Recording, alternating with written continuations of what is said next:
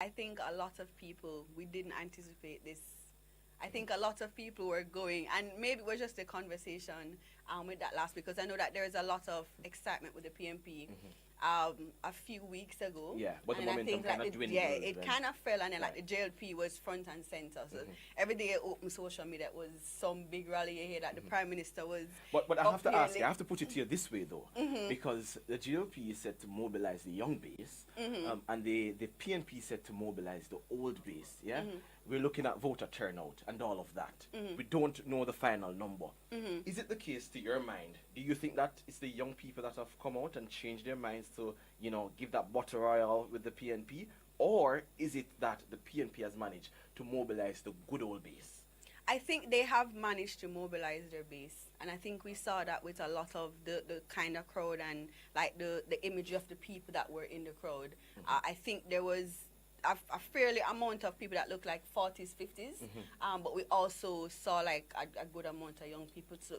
So I think, because I think if you mobilize the 40 to 50 people, they can influence the younger folks. Absolutely. And so I think that's what they did, and I think it's showing. Well, I did say it when we just started, ladies and gentlemen. I did say it to the good sirs, Cliff and George. Electoral symphony. Tonight depends on the JLP and the PNP, their fortunes or misfortune. What does it mean for them at the end of the night? Over to you. And the young guns in the youth voice. George, Kevin O'Brien Chang, Nadine Spence. The young lady said something very significant to me. It's a triumph for Jamaican democracy. And I've said the biggest winner tonight from before has been the Jamaican people. It's the day, when you saw nomination day, how the JLP and PNP dancing and, you know, friending up each other. Today I saw a video where all one family, the PNP and JLP at some constituency, and the PNP lady said, "My bride friend them, buy me dinner before the PNP man come." I think we can safely say that Jamaica probably has the healthiest democracy in the third world. Third world, non-white, so they say. Look on it, there's been no cases of political violence I've heard of this election. People have been friendly with each other. Look on the vote count. You watch all the elections, next day, 2 days later, they're counting. Look at America. Look how modern we are. Look how far we've come. No ballot box thieving going on. No controversy about any vote counting. We are a marvel of democracy. Yeah. And let us celebrate that. The second biggest winner, Mark Golding. People are saying he might lose his job. The man has turned it around. He has won the popular vote. Yep. Yeah. You know? He's winning. He's winning the popular vote. This is a general election. PNP would have been in power. I think it would be good if we knew what percentage of the votes are coming in. It's still very hard to say. Listen, Still the very JLP early. won by 5.2% popular vote last election. 2016. PNP is ahead 2.5. That's a 7.7% vote swing. That's a big swing in any election. It is. So Mr. Golding's job is pretty safe. Very. Yep. All right, just- any more results? All right, so we do have some more results coming in, but before we tap into any of those, let's just take a look at the national view of this map. So the popular vote that Mr. Chang is referencing, yes, the JLP, right now they're at 48.5% of the popular vote and 51.14% of the popular vote for the PNP. So that's the overall, but let's And the look. PNP's ahead by what? 6,000 votes? 6,000 votes? 120,000? 120,405 minus 114,202 for those with their calculators at home. It's just 6,000. right, just about 5,000 2.5%, plus yeah. votes there. But let's look at the colors of the map. So the colors of the divisions in all of the constituencies tell you which party is ahead in that particular constituency. This entire western area here is all orange. Yep. All right. The majority of Manchester is orange. St. Anne, the two of the larger areas there, Trelawney North. St. James South right now, there is a hot contest happening there. Counting is still happening, but there's an even split of the 4 divisions in St. James South between the two parties. St. Thomas was previously all orange, but St. Thomas Western has now shifted green. Right, so the JLP has overtaken the lead there. And then the corporate area is a little bit difficult to look at because there's so many constituencies in that area there. But look at St. Andrew East Rural, we're seeing that lit up orange. Kingston, East and Port Royal lit up orange. Most of Kingston, except for West Kingston, is showing orange here. So we're seeing quite a lot more orange on the map this time around at this stage in counting than we saw in the previous election. Yep. Yeah. All right, so where do we want to go? We want to go to St. think Elizabeth. Let's go to St. Elizabeth St. and then go to Elizabeth? Manchester. We were Yeah. in Manchester. I think we should go to East Rural and West Rural St. Andrew. What kind of man does it want to come? Okay, which one are we going Hold to? on. Let's go to St. Elizabeth first, and then we go to East Rural and West Rural St. Andrew. All right, so based on this, so far the JLP is leading in 3 of the 4 constituencies in St. Elizabeth. St. Elizabeth Northeastern is the one where the PNP is ahead. So let's take a look at what's going on in St. Elizabeth Northeast.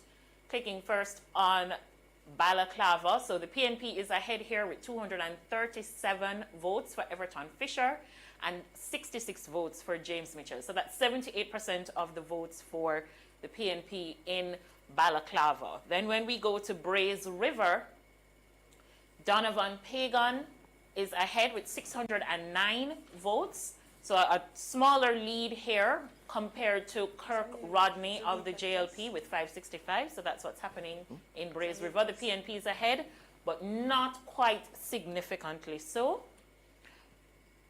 Then we take a look at Santa Cruz, where the JLP is ahead in this particular division with Christopher Williams. But barely. Barely, And right? that is a Barely, sign- that is a within sign. 1%. That's a sign of PNP strength. That if the JLP is not winning Santa Cruz, yes, by a big enough margin, then they can't win Northeast St. Elizabeth. And less than a percentage point is separating them in Santa Cruz. And to support you, it won Santa Cruz, the JLP did by 993 votes the Precisely. last time. Huh? Yeah? So let's go back to the EOJ. Let's take a break from the board and go back to the No, EOJ. just take a break and then come back. Yeah, let's go to a break and then come back, control room. It's time we call the election.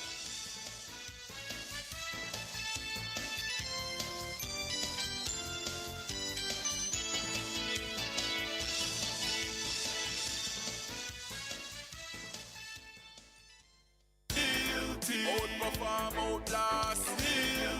We top performance. Jackama. Reliable, full stop, not comma. We have the expertise for drilling and demolition. We have the power tools for plumbers and electrician. Fancy select tools, 3 parts and 3 repairs. 3 parts, 3 repairs. In 2 to 3 years. Hilton, available at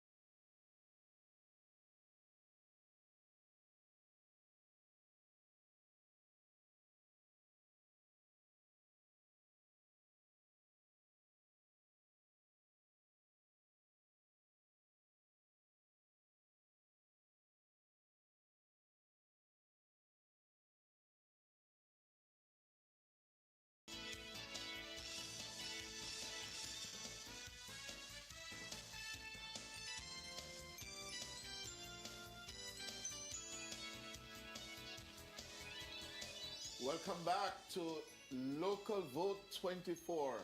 And at 4 minutes after 8 o'clock, this election is at an inflection point. This election, local government elections, they are at an inflection point. Yes? We are looking closely at the numbers. The trend is in the direction of the opposition People's National Party. We are, though, waiting for some more critical results because only 38% of the boxes have been counted so far. Let's take a look, for example, at what's happening in Papine, a crucial battleground division for control of the Kingston and St. Andrew Municipal Corporation. And we're going to go to Tanika Thomas, who is at the EOJ election headquarters on Red Hills Road, to find out exactly what is the state of the race in Papine. Tanika. And Cliff, just providing you with the latest update as it relates to the Papine division in St. Andrew. Based on what we're seeing, the official data from the EOJ, the JLP's Venetia Phillips has 1,806 votes, 50% of the votes, compared to Darrington Ferguson of the People's National Party, PNP, who has so far amassed 1,768 votes. So based on this information coming from the EOJ, 40 of 44 boxes have so far been completed, and that represents 90.91% of the boxes. So this is the latest information we have of Papine division in St. Andrew. Venetia, just a little ahead of the PNP's Darrington Ferguson. She has 1,806 votes. And this information was last updated at 6 minutes past the hour of 8. Just hold on, Kevin. Thank you very much for that, Tanika. And this is why we say the elections are at an inflection point. Because half an hour ago, it seemed as if the PNP's Darrington Ferguson was going to win on his way. Papine division. Yep. Now, 91% of the votes counted, only 4 more boxes to go, but separating Ferguson from Phillips. Yes. Only what? 60 votes? About 38 to be precise. 38 votes. With 4 boxes to go. And 4 55 boxes to go. Right? The independent candidate, George Planto, who has been a long-time JLP activist. Former Mona councillor for the JLP. Looking at in terms of numbers. St. Andrew East, yes, a former councillor. He is getting 55 votes. Now, if Venetia got those 55 votes, it could be a different story at this hour. Yep. Yes? Yep. But certainly, based on what is happening, we are not yet sure because, let us be frank, what we were expecting to have from the EOJ's database, we're not getting it. It's poor. Yeah, it's poor. We're not able to tell you how many boxes have counted out of a total of so much or so many. Yeah, we just don't know. And that is crucial for us to determine where it's likely to go. Yeah, how many boxes, how many votes are left to be counted. And the EOJ database has not been giving us that information. For context, calm down, Cliff. For context, we have been telling our reporters at Nationwide about the importance that certain independent candidates could have in certain races. And as Kevin kept pointing at the 55 that George Planto has attracted so far, that counted for him so far, they have the potential to spoil significantly. And with a 38 vote difference separating the leader from the person in second, Phillips 38 clear of Ferguson, and Planto sitting on 55. For the 4 boxes remaining, at the end of the day, Planto could be the king or queen maker in the Papine division, given how many more votes he can extract from those 4 boxes and how many Ferguson and Phillips have against their name at the end of the tally. It is good to see an independent make a difference. Independence. People always say the 2 parties control everything. No, well, no, not quite. But I can give you data in the Riverside division in Hanover in the 2016 division, when the PNP polled 736 votes and the JLP 640. The PNP won by 124. Listen to this. The PNP won by 124. One independent candidate in that race polled 112 votes. Another independent candidate in that same race polled 179, and another independent candidate polled 53. So 3 independent candidates polled significant numbers that would have changed the race, perhaps, had they not been in it, especially with so few votes, relatively speaking, separating the 2 candidates. So independent candidates throughout the 2016 elections have had instances where they have spoilt the race. Planto could be the biggest spoiler on this night. That's good, because as I say, the stranglehold the PNP and JLP have, a lot of us feel, geez man, we should have other choices. And independents maybe can't win a seat, but they can switch it, which is good for democracy. Absolutely so. What was the margin of victory in that in the Papine? I'll tell you in short, or the last time in Papine in 2016, we had a situation where the JLP polled, the PNP won it, of course, Venetia Phillips won it, 2,208 votes, 1,931. Planto was the man on the losing side for the JLP in 2016. So she won by 69 and 8, 9 and 8, 17, 77. 77 votes separated the candidates at the 2016 race. Planto looking some vengeance. Yeah. See if he gets it. Can we go back to the map? No, not yet.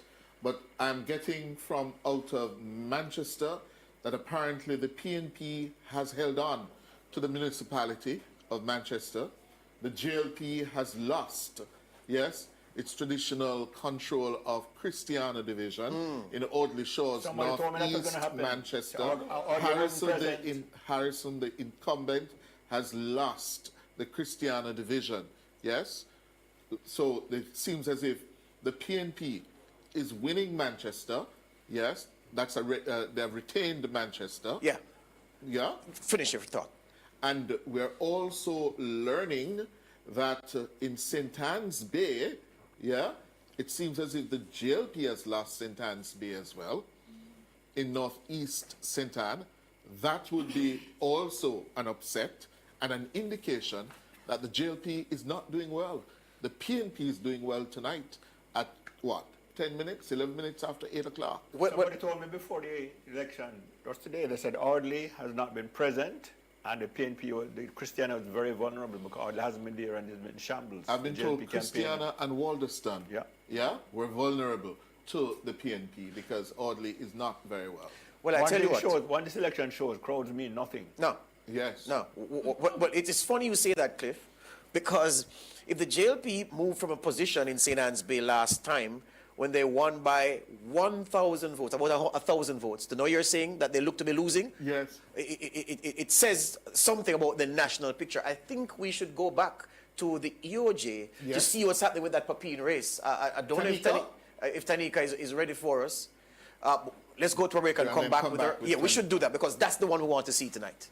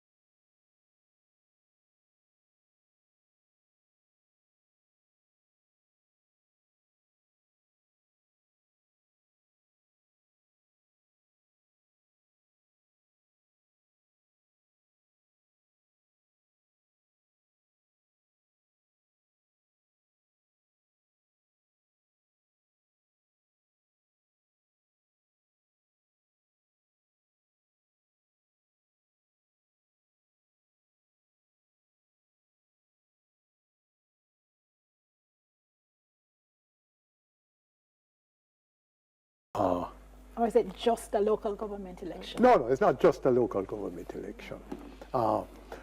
I would go with Clyde on that one, but I would add that it also is a referendum on the polls. Is it the 1% lead or is it the 4% lead? Because if the 4% has a marginal error of 2.5, so even if the margin of error can go down to 1%, and the 1% have a marginal error of plus or minus 3%, it can go up to 4%. Dr. Ashley, yeah. normal listener viewer them can't follow you, you know. They can't follow that? No. They can't follow that? No. All right. One poll says PMP is behind by 4%. The JLP is in the lead by 4%. Another poll says it's 1% lead by the JLP. The marginal error of the first poll is 2.5%, plus or minus 2.5%. They claim that they are accurate. So if you minus 2.5% from 4%, it leaves you 1.5%. But you could add as well. You can add, so you're going well. Yeah, but okay, I'm going to divert this conversation yes. because I promise you nobody at home is following. Not following. If I could summarize, right. You're saying once the results come out, we'll yes. see which poll was more accurate. Yes. So you're saying you think the election is also a vote to see vote of sorts, yes. to see which poll. Yeah. To which so you have okay. you have the parties organization. Yes. You have the leaders of both parties because right. they have made it that way, and I add the pollsters. Okay, got you. Clive, for you. Looking at it, you have to see where they're coming from in 2016. Last time around, the JP had 130, the PNP 98.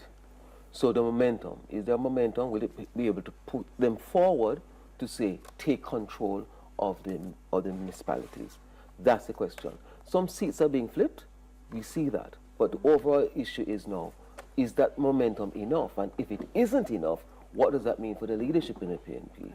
If it is a situation where they do succeed, what does that mean for the JLP? JLP has more to play with because they will then determine when they're going to call the elections and they'll have the resources. So where we are now is very important. If the PNP loses, even if they gain some seats, the long knives might be out for the leadership of the party. The issue is, I have a problem, Dion. The issue is what is winning, what is considered winning and what is considered losing, right? Because if the PMP increases its number of municipalities it holds, it would consider that a significant win.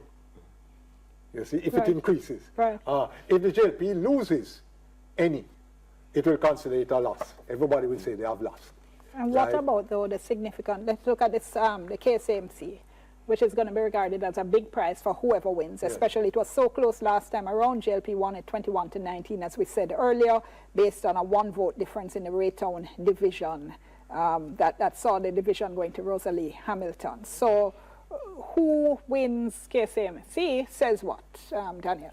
It says that the people are looking for performance, because if you look at the comments that were being made about what's been happening in Kingston, the performance of the councillors, then it means that the voters are not just looking at the leadership, the colour of the party.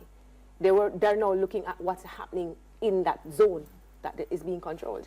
And I think that's one of the things, if you looked at the Donaldson polls, when they said 40% of the people thought that the municipalities were performing on a low level, does this mean that councillors are now being examined on their performance? All right, let's go to a very quick break and we'll be back. We have the very latest and results are coming in as we speak, so don't go anywhere. We still come.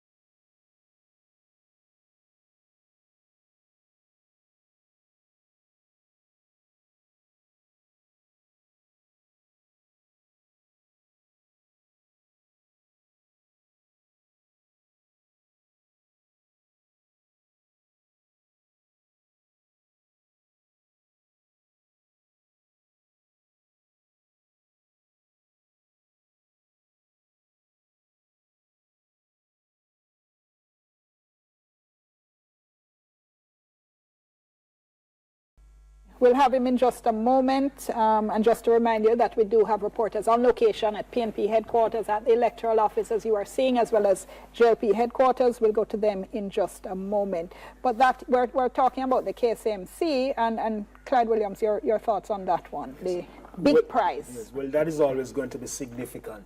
If the government loses Kingston and St. Andrew, that sends a very strong message right across the length and breadth of the country. It's a capital.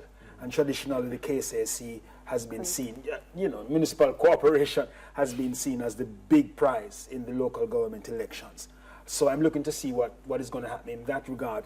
I think the JLP has miscalculated badly in terms of the timing of the local government election, a year before a general election is due. The last time they mistimed it, sorry, I shouldn't say mistimed, the last time we had a referendum local before a general was 1986, and the government was wiped out. At the time, it was 65% turnout, and as we know, that was Mr. Siaga was the Prime Minister. Then the JLP was wiped out. By 1989, when the general was held, they were further wiped out, and in 1990, wiped out again on the local government. So local government wiped out in 86, general election wiped out in 89, 1990, local government wiped out. Those two turnouts are the largest we have ever had in the local government history, 65% in 1986, and in 1990 it was about 56%. Referendum elections do not, when they come before the general, do not favor the incumbent if the incumbent loses the local government election. The writing is on the wall. Let's call for Daniel. What's the name? You know that Bible story. Right. So that's my take on it, Jackson Miller. Okay, and Clive Mullins, for you. I think that clearly if there's a momentum... I'm so sorry. I do have to interrupt you because we're going now to Giovanni Dennis at PNP headquarters. Go ahead, Giovanni. All right, thank you so much, Dion. Now, I'm still here at the PNP headquarters at 89 Old Hope Road. I have been speaking to party officials. I spoke with Julian Robinson moments ago, and he was convinced that the People's National Party has already won 20 of the 40 divisions in the Kingston and St. Andrew division area. With me now is Andrew Swaby, who says he has retained the Vineyard Town division. Mr. Swaby, what makes you so convinced? No, I went to the county center, and while I can't give you the final count, but I have, of the 48 boxes, I think only 10. That's the lower part of Vineyard Town that the JLP has won in. So I'm comfortable. The others are like double-digit lead. So I'm comfortable that we have retained that one. I also spoke with Mr. Robinson, who told me that the Papine division, that one of the hotly contested divisions with Venetia Phillips and Darrington Ferguson, that Darrington Ferguson has in fact won by over 100 votes. That's what Mr. Robinson just said to me before I came on air. What can you say about that in terms of what you're hearing from the Papine division, Mr. Swaby? I'm hearing those same figures coming from the party workers. Those are the final, the preliminary count. So we are waiting for them to tabulate those figures. But we have tabulated our figures, and I'm extremely happy if that is the case, because that division is a PNP division. Venetia Phillips has betrayed the PNP and the people of Papine division, and I'm extremely happy that the Trafalgar division also returned back to the PNP. It was always a PNP division and it will remain a PNP division. I've been hearing a lot of sentiments from party supporters who sound very bitter that the Venetia Phillips and Carrie Douglas made a transition to the Jamaican Labour Party. How much did it hurt the party that they transitioned to the JLP? I wouldn't say we are bitter, but we have to put the facts on the table. The JLP has courted them for the longest while, and they have gone to the JLP, and we respect that time. But we make no qualms about it. We said that we were going to get back those two seats, and we have gotten back those two. It seems that, well, we are sure we have gotten back Trafalgar, and I'm waiting for the final count for. Thanks, Mr. Swaby. I do have to wrap right now. So, Dion, sending back to you in studio, I can say to you as well that I spoke earlier with Julian Robinson, who told me that Romaine Morris has won the Moko division. Of course, that is unconfirmed and unofficial, but that's what Julian Robinson said to me when I spoke with him earlier. But for now, it's back to you in studio, and that's the latest from the PNP headquarters here. The mood has gotten a lot more festive. Crowds have now come on the compound here at the party headquarters, and it is, in fact, a party atmosphere at the moment. But for now, it's back to you in studio. Okay, thank you so much, Giovanni. We'll take a short break on TVJ, but stay with us. We continue on our other platforms, and TVJ will rejoin us shortly. Just Giovanni was mentioning there, the Trafalgar division, and all boxes are counted in that division. The PNP's Jesse Clark, 1691, to the JLP's Carrie Douglas, 1021. So about 680. That's a decisive win. That's a decisive win. Okay, so just to repeat that, Jesse Clark of the People's National Party has won the Trafalgar division, retained it for the PNP, defeating the JLP's Carrie Douglas. And of course, listeners and viewers may recall that Carrie Douglas had represented the PNP, switched over to the JLP, and in fact, in the 2020 general election, she went up against Julian Robinson, who had been her MP when she was his councillor, and lost to him in the general. She's now losing here in the local government election. What will be interesting is how many, as you put it, turncoats are No, successful. as who put it? Somebody has put it as turncoats. Or switcheroos. Let us not put those words in my voice. How many switcheroos do manage to retain their seat? Are successful. I wanted to come to both Clyde and Clive, though, because explain for our listeners and viewers the whole process in terms of what happens on the ground, and how is it that the parties get these results so quickly while we're still waiting for the initial results, and how accurate they are. Clyde, let me ask you Well, I can first. speak from my experience when I was active. If you do a good canvas and you have an A-list, this is what we call the list in the PNP, A-list, and you do a good canvas, as people come, the outdoor agents checking off. Checking off, because they're on the A-list. So you say, what's your name, John Brown? Oh, A-list. So you know that's 1 vote, 2 vote, then 3 vote. So by the time the outdoor agents get to 2 o'clock, they can say, we have a 90% turnout of our A-list. The A-list is the people that you know say, a rock stone comrade. Die hard. In the case of the Labour Party, I imagine, same thing, right? But traditionally, you weren't as well organized. Sorry, not you. The JLP wasn't as well organized in their ground game until Golden in 2007, when they began to step up their ground game. Interestingly, since Golden and Andrew, the JLP now has, in generals, have over 400,000 votes. They never used to have near 400,000 votes. The only party that used to go over 400,000 votes about like 1989 was the People's National Party. So the JLP majority in the country has increased. You know, at the time people would say a PNP country. The JLP's majority has increased in terms of those who support the JLP default position. So that's the situation in terms of how the parties can know. By 2 o'clock, the PNP can tell if they win the seat. That was then, I don't know about now. And on the night now, Clive, when they're actually watching the counting, tell us what happens. Well, essentially what happens there, you start checking off, all right? And you'll have an idea to say, well, so many persons have voted, so many votes are supposed to be in by this particular point in time, and you may have a preliminary thing and say, this is how many votes you have in the box and what have you, and by that way you know, hey, this is what is happening. So what we're seeing now, at the end of the day, is going to still be the preliminary vote. Right, sure. Right? So tomorrow, the final thing, where they actually go through and start the actual count. So go ahead, Dan. Quick question now. As you do all of that, how do we get a sense of what the overall voter turnout is like? Well, what would happen there'll be a hub at Old Hope Road, and you're feeding in the results as they come along. So the first of the results will be coming from the outdoor agents. They are the key to measure your progress. So if at 1 o'clock the outdoor agent says, guys, we've only had 50% of the A-list, you know, say all the runners them now stepping up because you got to get the votes. Runners are the people who bring your voters. That's correct. And you only go for your voters. Yes. Because every runner will have a list of voters. So that's why you will see runners come back with granny in a wheelchair and then lift her and come and so on. So that's the role of the runners and the outdoor agents. And it's critical, but you must know on the ground who is who. Yes, right? absolutely. Or you may end up carrying your opponent. So they use those numbers then, so the runners, and I asked that question because today I'm trying to gauge what's happening on the road. So I'm calling around and I'm saying, what's the sense on the road? And somebody would say to me, well, all my 100 turn up. That's right. What you mean all your 100 turn up? Well, I did have a list of 50, but I end up carrying 100. And I'm asking, so same question, how you know, say, are your people them that? No, man.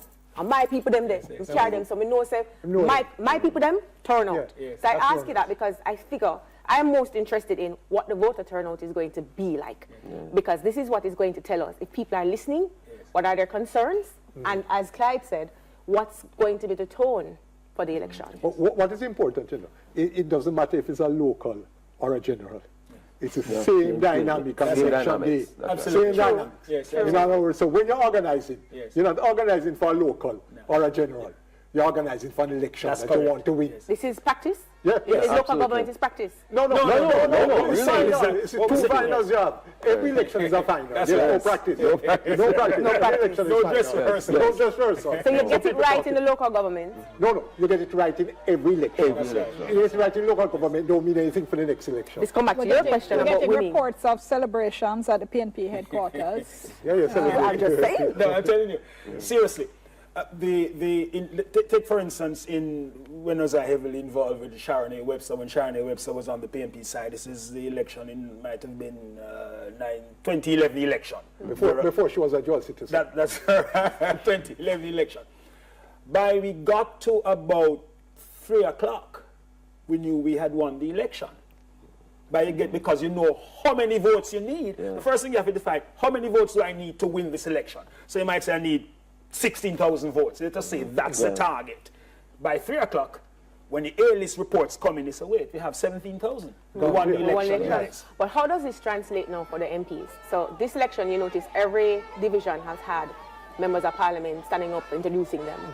The number of divisions that are won, does this translate into the success of the member of parliament? It means an endorsement for the member of parliament? Well, it's more than that. It means going forward, what's going to happen for the member of parliament. Because if you're losing your divisions, chances are there's a swing against you. Yes. So it is also a referendum on the performance of the member of parliament. Yes, man. But you know, see the member of parliament stand up beside everything. No, you see them. I mean, they do this. Parliament is everywhere. They do this. They present the candidate to you. Yeah. So, and they're everywhere. And not only that, they're getting the allocation of the 140 million to fix parochial roads, the member of parliament. We need to go back to the PNP headquarters. So as soon as we can do that, to get a sense of what is happening there? As we said, we hear of celebration, so we do need to go to PNP headquarters so we can, have our viewers and see and hear what exactly is happening there. All right. And what is happening at Belmont Road? So perhaps strategically, the JLP now ruin, as in not ruin, but vexed and disappointed in the timing of the local. All right, going to interrupt you, Clyde. Let's go to Giovanni Dennis at PNP. Go ahead, Giovanni. All right, thank you so much, Dan. Well, as you can see, I'm surrounded by PNP party supporters. It's a jubilant mood here at the PNP headquarters at 89 Old Hope Road. It's a little difficult for me to speak clearly because I'm being hindered by party supporters here, but as you can see and hear, the mood here is euphoric. It's a party celebratory kind of atmosphere. They believe they have won the local government election. We do not have anything confirmed. As you can see, the supporters from the Papine division are here with Darrington Ferguson. They again are insisting, as I reported earlier, that he has defeated Venetia Phillips, who's the incumbent who made a switch to the Jamaica Labour Party. I was speaking with Julian Robinson just now, and he again is convinced that they have won at least 20 divisions so far in the Kingston and St. Andrew Municipal Corporation. In terms of that extra one to reclaim the municipal corporation, that from their account is not yet confirmed. But at the moment, I can tell you that the party supporters here already feel very victorious. They feel very convinced that they have won. I'm going to see if I can get a word from this supporter right here. Good evening, miss. Good evening, sir. Why are you so happy right now? Because our time now. Freeway right now. Our time. Do you know the council for your division? Hello? Who's the council for your division? Got him name. Or the candidate for your division? Augustone division. Would that be Darrington? Would that be Darrington Ferguson? I'm in there, but I joined there. I come from far, come here. Oh, you have it.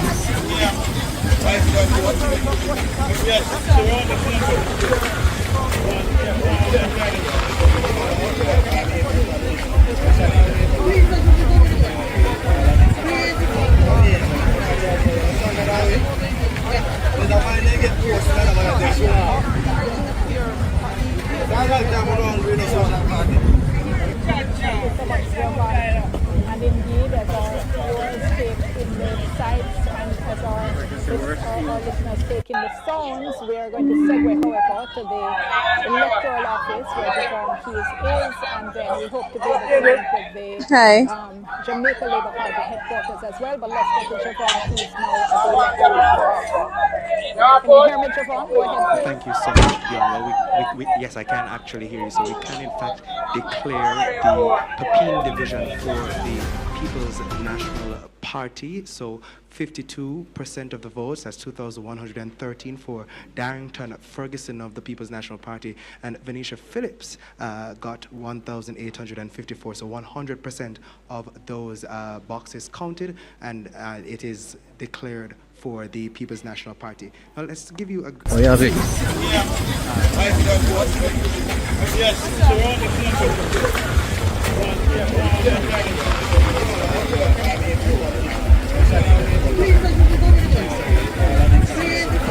Of the JLP and 3 for the PNP. That's 3 of 6 seats in Kingston. Looking at St. Andrew with the 34 divisions, we have 16 for the Jamaica Labour Party and 18 for the People's National Party. Looking at St. Thomas, and St. Thomas has 10 divisions. We have 3 so far for the JLP, 5 for the PNP, but of course a reminder, ladies and gentlemen, that boxes are in progress, so these are just preliminary. But just to note that all boxes have been counted in Kingston. Kingston specifically has all boxes counted, and it is even. So 3 for JLP, 3 for PNP. St. Andrew has 98% of the boxes in progress of being counted, 16 declared for the JLP, 18 for the People's National Party. Let's take a look at the St. Thomas Municipal Corporation. Only 76.3% of the boxes have been counted, and we see here, and in that municipal corporation, as I said, 10, 3 for the JLP, 5 for the PNP. Portland has 78.8% being counted, 6 for the JLP, 3 for the People's National Party. Let's head over to Portland, where there are 9 divisions. We have 6 for the JLP, 3 for the PNP. In St. Mary, 82% of boxes are in progress, 8 for the Jamaica Labour Party, and 5 for the People's National Party. And of course, in that parish, there are 13 divisions being contested. Let's take a look at St. Anne with 11 for the JLP so far, 5 for the People's National Party. 96% of those divisions have their boxes in progress of being counted, and in St. Anne, that's 16 divisions in total. For Trelawney, 6 for the JLP, 3 for the PNP out of 9, and again, not all boxes are counted, but as I wrap up, let's look at Clarendon. 96% of the boxes are in progress, 12 for the People's National Party, 10 for the JLP. And in St. Catherine, it's very close so far, but 76% of the boxes counted, 20 in favor of the PNP, 19 for the Jamaica Labour Party. Of course, the data is being updated, but as we look at the overall map that's just being updated here,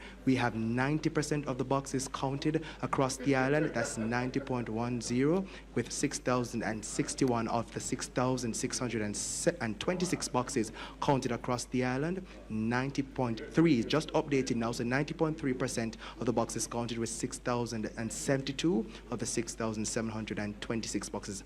I'll in a moment seek to give you some more of those seats that have been declared. Looking at the Portmore municipality, however, only 31.7% of those boxes are counted. That's 101 of 319, and we're seeing mostly orange. So I'll give you some more of those declared seats in a moment. Thank you so much, Dion. Back to you. Jovan, just before you leave us, just want to clarify something. The numbers that you gave us, were they all declared seats, or were they seats trending to the PNP and JLP? So those are seats trending. So those are seats trending for the PNP and JLP, except for in Kingston. Kingston, which has overall 6 divisions, 100% of those boxes have been counted, and 3 for JLP, 3 for PNP. I will give the exact declarations for Kingston in a moment, so that way we can paint a better picture for our viewers. But and also I'll seek to give the seats declared. Well, more of the seats declared in St. Andrew, as we already declared here, the Papine division in favor of the People's National Party. So I'll work on that. So when I join next, I'll be able to paint a better picture. Thank you so much, Jovan. We're going to be going in a moment to the JLP headquarters, but just before that, Giovanni Dennis has the successful candidate for the PNP, the PNP's Papine division. Go ahead, Giovanni.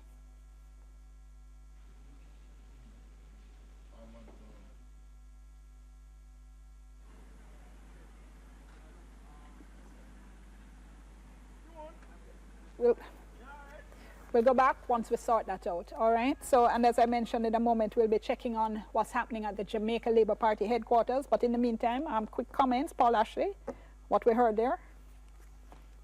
Seems as if it is turning out to be a very close situation so far. I don't know what is the percentage turnout, if it has reached the 20-odd %, or is it 30-odd? Is it 40? I don't think it can ever be 40. I think it might be 30, 32, 33. Yeah, 32, 33. That's interesting. Clyde mentioned the aspect of wrong timing by the JLP. I wondered if the JLP had ever considered twinning the elections, the local and the central. Well, and let us get this thing over with once and for all. Because to me, it means, irrespective of the results, no. Hold that thought. I'm going to come back to that. Giovanni Dennis at PNP headquarters. All right, thanks so much again, Dan. So I'm with the Darrington Ferguson, who defeated the incumbent Venetia Phillips in the Papine division. It's a division that, as you heard Mr. Swaby said earlier, that the People's National Party were targeting. Mr. Ferguson, firstly, how do you feel about your victory, sir? I'm elated. At the same time, I'm humbled, because when I look at the team and the work that the team did, I am humbled and I'm honored to serve the people of the Papine division. What difference will you make to that division? 1, I will be accessible and I will never leave the people. 2, I will be a counselor for all. And 3, I will make sure that all their unanswered questions are answered. I have with me as well, Dion, the president of the People's National Party Women's Movement, Patricia Duncan Sutherland. Miss Duncan Sutherland, just before we came live just now, you leapt across our cameras here in jubilation. Why did you do that? Well, because I am the MP caretaker for Eastern St. Andrew, and Darrington is a critical part of the team, because myself and my councillors will work very hard together. I am patiently awaiting the results for Comrade Carl Little, and I am praying that we will be going in with 2 PNP councillors so we can transform Eastern St. Andrew, so that we can partner with the people of Eastern St. Andrew, because we have the power team. I hear it's a celebratory mode here at 89 Old Hope Road. Is it just for the Kingston and St. Andrew Corporation, or is it a performance nationally that the people are proud of? It is for the signal that has been said nationally. We are tired of the labor pains, as our song said, but to really put it more succinctly, Jamaican people are suffering, and the situation and the policies of this government does not help them to be able to shift anything in their lives. And so therefore, the signal has been sent to this government. It's time for change. Time come. Just before I go, for many Jamaicans waking up tomorrow, they may be cynical and saying, come tomorrow morning, it won't make a difference in their lives. Whether it's the PNP in power or the JLP in power at the local government level, what do you say to Jamaicans who are indifferent about what happens, and what change really can Jamaicans expect practically if the PNP wins the local government election? Well, practically, the first thing that they can expect is a much higher level of engagement. Because the only way that we are going to shift the impact that local government has is to make sure that local government involves the people and is for the people. And so, yes, I understand the cynicism because of the history.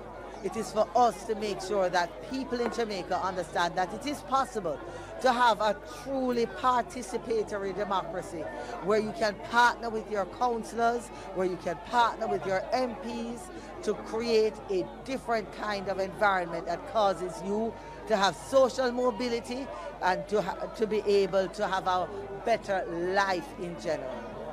Thank you so much, Mrs. Duncan Sutherland. Okay, so you just heard there from Patricia Duncan Sutherland, as well as Darrington Ferguson, who defeated the JLP's incumbent Venetia Phillips in the Papine division. That's what's happening here at the PNP headquarters at 89 Old Hope Road. Dion, the atmosphere here has transformed into that of a party in studio. I will just leave you with a shot of the scene here. Okay, thank you so much. Giovanni, I should say our reporter who has been Hannibal results is telling us that the let's go over now to Belmont Road.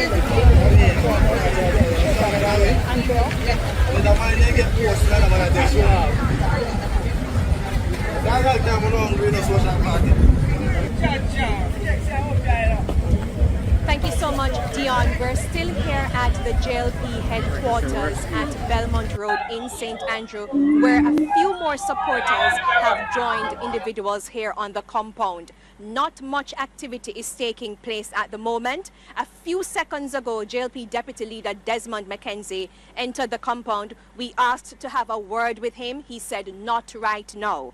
I don't know if it is that he's unable to speak with us at the moment or what exactly is happening in the JLP camp. But I did also talk to some supporters. I asked them how they're feeling at this moment. Some said they do not know. They're watching TVJ to see what is happening. Others were just mute, looking at me. So we're not sure what the activities are like on the ground here at the JLP headquarters. But what I can tell you is that at the moment, you have a number of media persons who are here trying to figure out what is happening in the JLP camp. I saw JLP Senator Dana Morris Dixon also on hand and a few other JLP supporters here. And as usual, the police are also here maintaining a presence in the area. So for now, that is what is happening here at the JLP headquarters. Thank you so much, Andrea Chisholm. And I mean, if you just look at the pictures, you certainly do get a very stark contrast. No, the JLP shell-shocked. Yes, a contrast. Shell-shocked. Oh, yeah, Vic.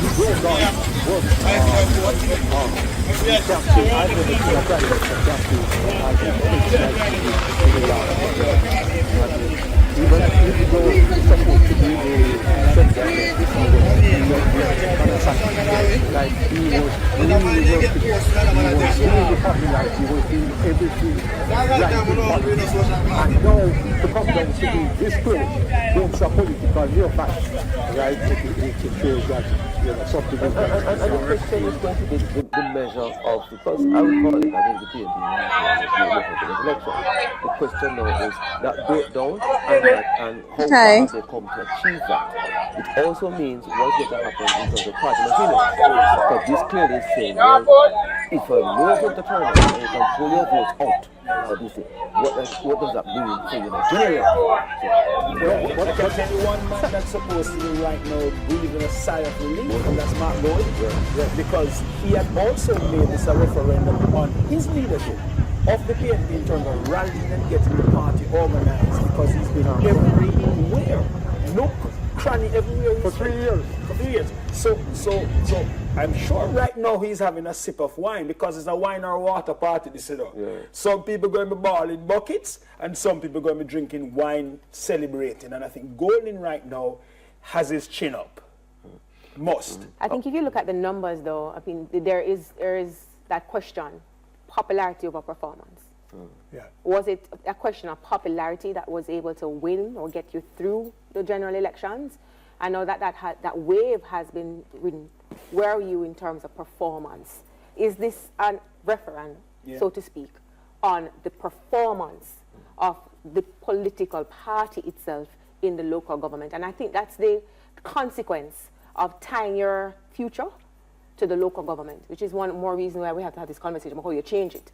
Because the future of your party is literally tied to the performance of the councillors in the different divisions. Except though, there's something we used to talk about, that it's a phrase I haven't heard used for some years. We used to talk about the two-term syndrome. Yes. That after a certain period of time, people just want a change. They don't care what you've been doing. Guess what?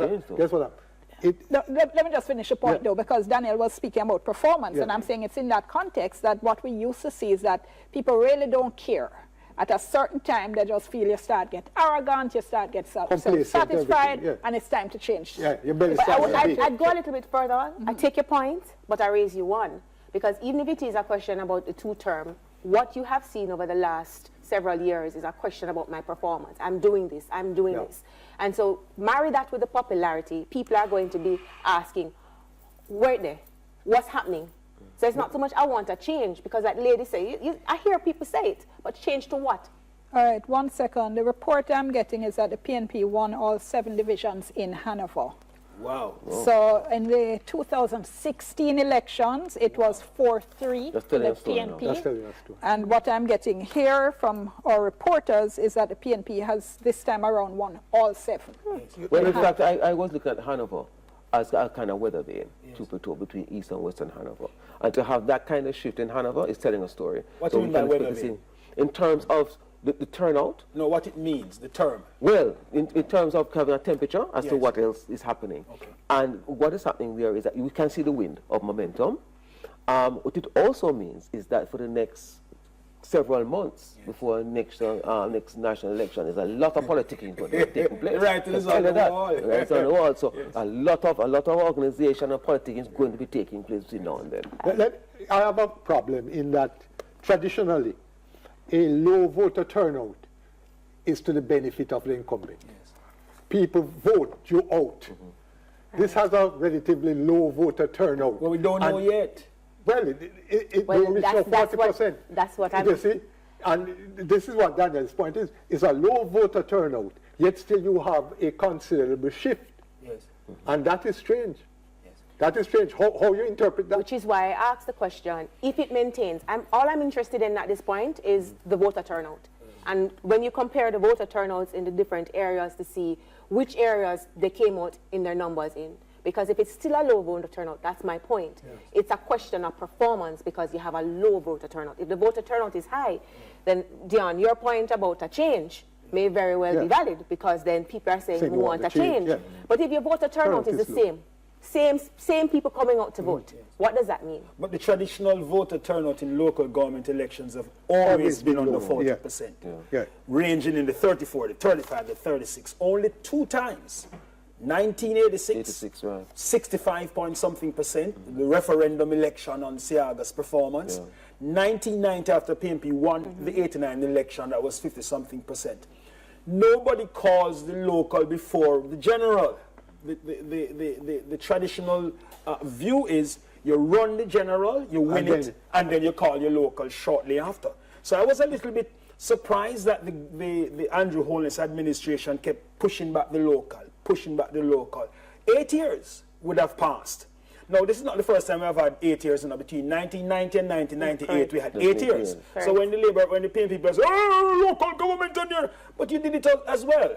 Between 1990 and 1998, there was 8 years. Yes, I remember former mayor of Montego Bay of blessed memory, Arthur Gilchrist, telling me, say, "I'm tired." 8 years. 8 years. That should have been, those are the days, is every third year you used to have an election. Right. So we're talking about 3 elections should have been held in that period of time. I think the JLP has miscalculated badly to have election on the eve, a local on the eve of a general. You don't have much time to fix the problems. And that's the thing. And the thing about it is that... I think we were to go back to... Well, I'm waiting to double check if we're going back to the PNP headquarters right now. Let me just check on the thing about it, though, is whether or not they'll be able now to... Don't wait on the coattails of an Andrew Holness. This is what has been happening. Don't wait on what? The hold on, I know you're all full-fledged into the argument, so let's just go back now, and then we can pick up. Giovanni? Thanks so much, Dion. So Dennis Gordon has retained the Maxfield division. Firstly, were you doubtful, Mr. Gordon? Never doubtful. It was just about the margin, and I've secured the seat by over 2,000 votes, and I'm just elated and ready for the big show. The PNP were very keen on retaining the Kingston and St. Andrew Municipal Corporation. We haven't had the official numbers just yet, but what are you hearing from your people on the ground? Well, we have won 19 and we're leading in 4. So I am optimistic that we will win the KCMC. And in terms of overall now for the local government election, it's a celebratory mood here. I'm listening to my team reporting from other areas and speaking on air right now. It is contrasting to what's happening at the JLP. How does the party feel overall about the election? It's an vindication and the leadership of Mark Golin. Jamaica felt that he couldn't do it, and he had led us to victory.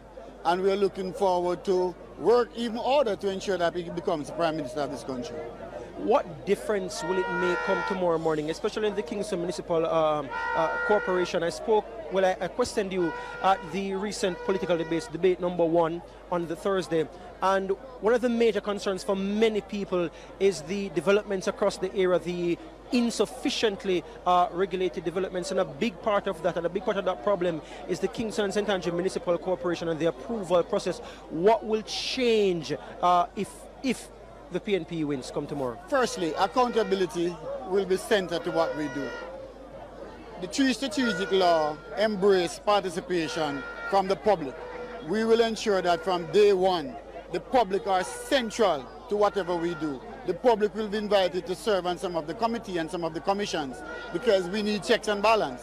One of the things that we will do firstly is to ask for an audit because there were too many things happening there that was never ever accounted for. And just to be clear, will this be an independent audit, independent of the KSMC that is? We can't audit ourselves. So I'm saying 7 years of no internal audit report, 5 years of no public accountability for our finances, and it just goes on and on and on. It was the most corrupt and dark administration ever in the history of the KCMC, and this is a vindication for what we brought to the table while we were in opposition. And just to be clear, that's the opinion of Mr. Dennis Gordon. That's not what Television Jamaica is saying in terms of what he just said just now. What do you say to PNP supporters here right now who are in a jubilant mood? No, it is fair for you to put the disclaimer, but I said it in the public debate, and I'm repeating it again. We're about accountability, we're about transparency, and I have no apologies for that. What happened there was just dark. As for the PNP supporters, when I became regional chairman, I set out on the task to regain the KCMC. I am 90% away from doing so, and I just want to thank the PNP supporters wholeheartedly for believing in the message and work hard despite no money to bring us to where we are. I really want to thank them. Dennis Gordon, thank you so very much for your time. I appreciate it.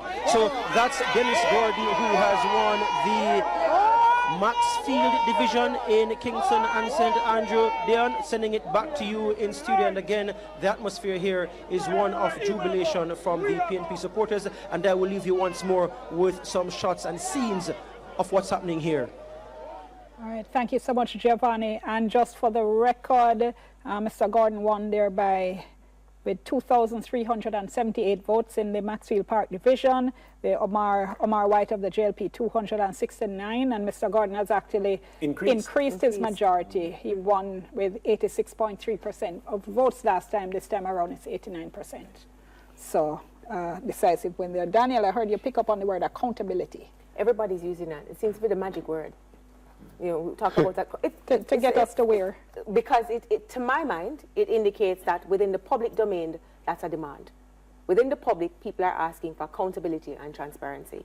So the response to the public's demand is for you, the politician, to say, I am bringing accountability and transparency, but we've had the promises before. So let's not go to what was said about you being accountable. I think I'm interested in the numbers, because then if we keep hearing that, it means that there's a greater demand for accountability, transparency, and how that translates into what people say and do for holding their accountability partners, the councillors.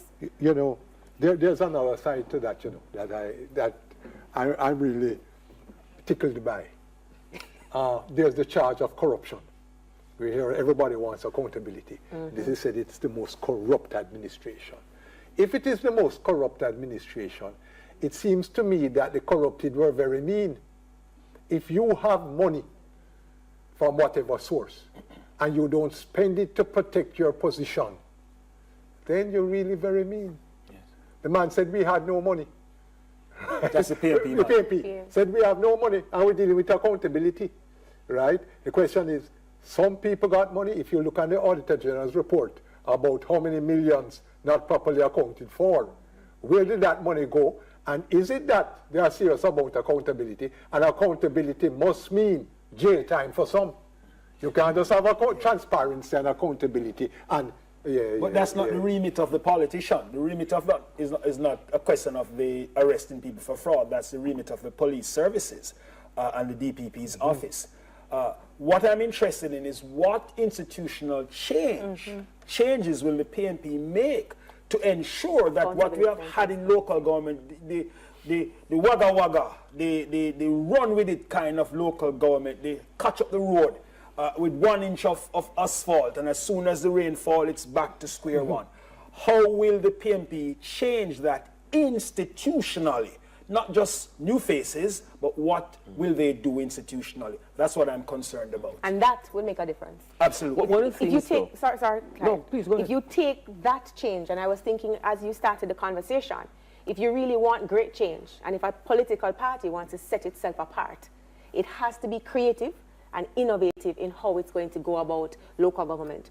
I raised that, Clive, because when I was preparing for this evening, I recognized that we've adopted full scale what happened in the UK. But yet, when we got independence in '62, they had a local government reform in 1958, which changed how they were doing local government because of the significant failures in accountability and transparency that occurred there. But we took the system. We haven't changed it. The bankrupt system. We haven't changed it, the system that they had a problem with. Yes. So if you want to talk about improving on the next local government, the question is going to be, what are the changes that are going to be made? I heard something about inviting the public to participate. Curious about that, but I'm giving it its worth by saying clearly there's a desire to reform how the system meets the people.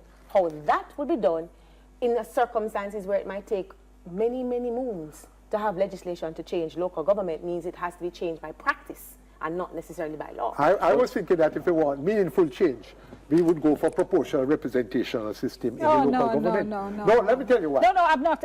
Let me be clear. My no had nothing to do with the fact that I'm against proportional representation. It's just that change in Jamaica, it's so difficult for even... But guess what? What should I say? For change that is within people's understanding. You know, so anytime they have an election in Ghana, they have to train everybody how to figure out who wins. It's a much more difficult process to comprehend than first past the Let me tell post. you, I know the difficulty, but I don't like the situation of winner takes all. Right? You might win an anemic win. I win here by 10 votes. No, man, I completely understand the democratic principle. If you have the proportional representational system, we don't have winner take all. It looks like winner take all, you know, and what happens is that is our time for thief now. Whenever you have a winner take all, we're winning because we're taking all.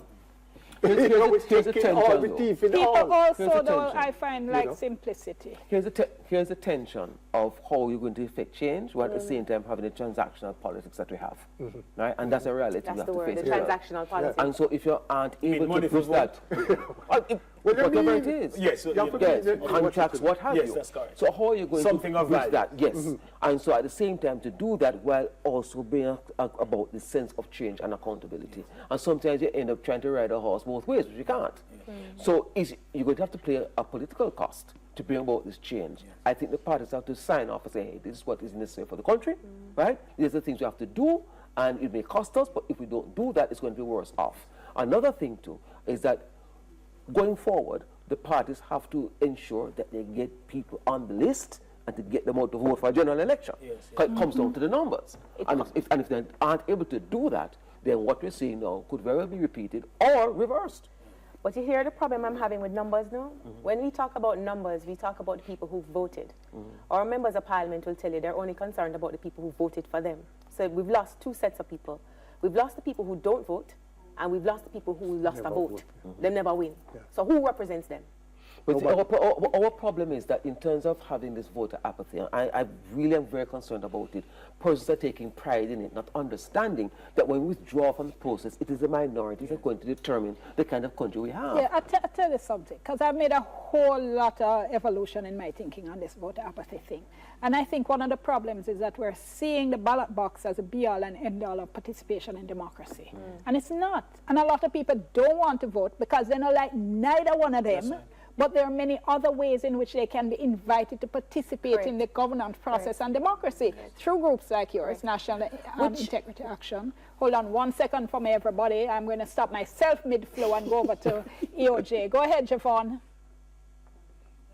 All All right, Dion, thank you so much. So I have with me Mr. Glaspel Brown, Director of Elections, and I'm going to allow him to paint a picture of what's taking place in the municipal corporations across the country. When I look at the board, I mean, we have most being in 90%.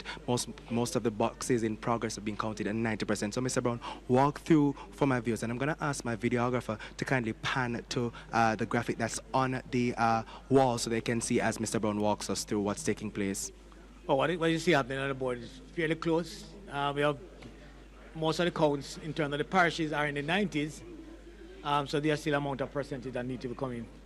As you see there for Kingston and St. Andrew, the preliminary figures so far, they're tied at 3-3 each. In terms of St. Andrew, that's 17-17 each in terms of the count. St. Thomas, which is 20 each. For if you're looking at the KSAMC, remember there are 40 division in the Kingston and St. Andrew Municipal Corporation, so 20 each. Right, they're 20 each now at this point. The JLP is leading in 5 divisions in St. Thomas. Bear in mind though, 94.8% of the ballots have been counted. Portland, the JLP is leading in 6 divisions to 3 from the PNP with 88.5% counted.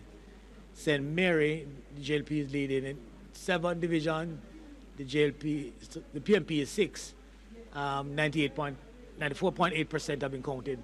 St. Anne, 99.8% of the votes have been counted. 11 JLP division. The JLP is leading in 11. PNP in 5. In St. James, 95% have been counted. 11 JLP and the PNP is leading in 6. In Hanover, the PNP is leading in 7. In Westmoreland, for the JLP so far. Right. In Westmoreland, 98.2% have been counted. PNP is leading 11, JLP in 3. St. Elizabeth, that has been completed now. St. Elizabeth, the JLP is leading in 9. The PNP in 6. And in Manchester, 98.9. The PNP is leading in 12 and the JLP in 3. And while in Clarendon, 98.9, it's tied there in Clarendon so far. And in St. Catherine, 87.6, with the JLP leading in 18 division and the PNP in 23. And just to disaggregate a little bit, in St. Catherine, of course, we know that there is Portmore. Portmore would have 12 divisions there. Too early to call, Mr. Brown? In St. Catherine, well, we are still just at 87.6. So I'm not too sure where the other 13% coming from, but let us await that. And as it relates to the municipal corporations, too early overall to declare, except for we're seeing that stalemate happening for the Kingston and St. Andrew Municipal Corporation. Of course, these are preliminary accounts, but what happens in that situation? In that stalemate, I think the party that has the majority vote will then control the parish council. All right, so of course we'll now continue to track that data for you, but as it is, we see at least 3 municipal corporations at 100% of the count, and those are, well, the Kingston and St. Andrew Municipal Corporation overall, 100% of the boxes have been counted. 20 for the Jamaica Labour Party, 20 for the People's National Party have been declared, and looking at St. Elizabeth, 9 in favor of the Jamaica Labour Party and 6 for the People's National Party, so the JLP looks to be controlling the St. Elizabeth Municipal Corporation. Again, we have those numbers rolling in. The board continues to refresh, and we'll have some more updates for you shortly before we wrap up this broadcast. Back to you, Dion. All right, thank you so much, Keys.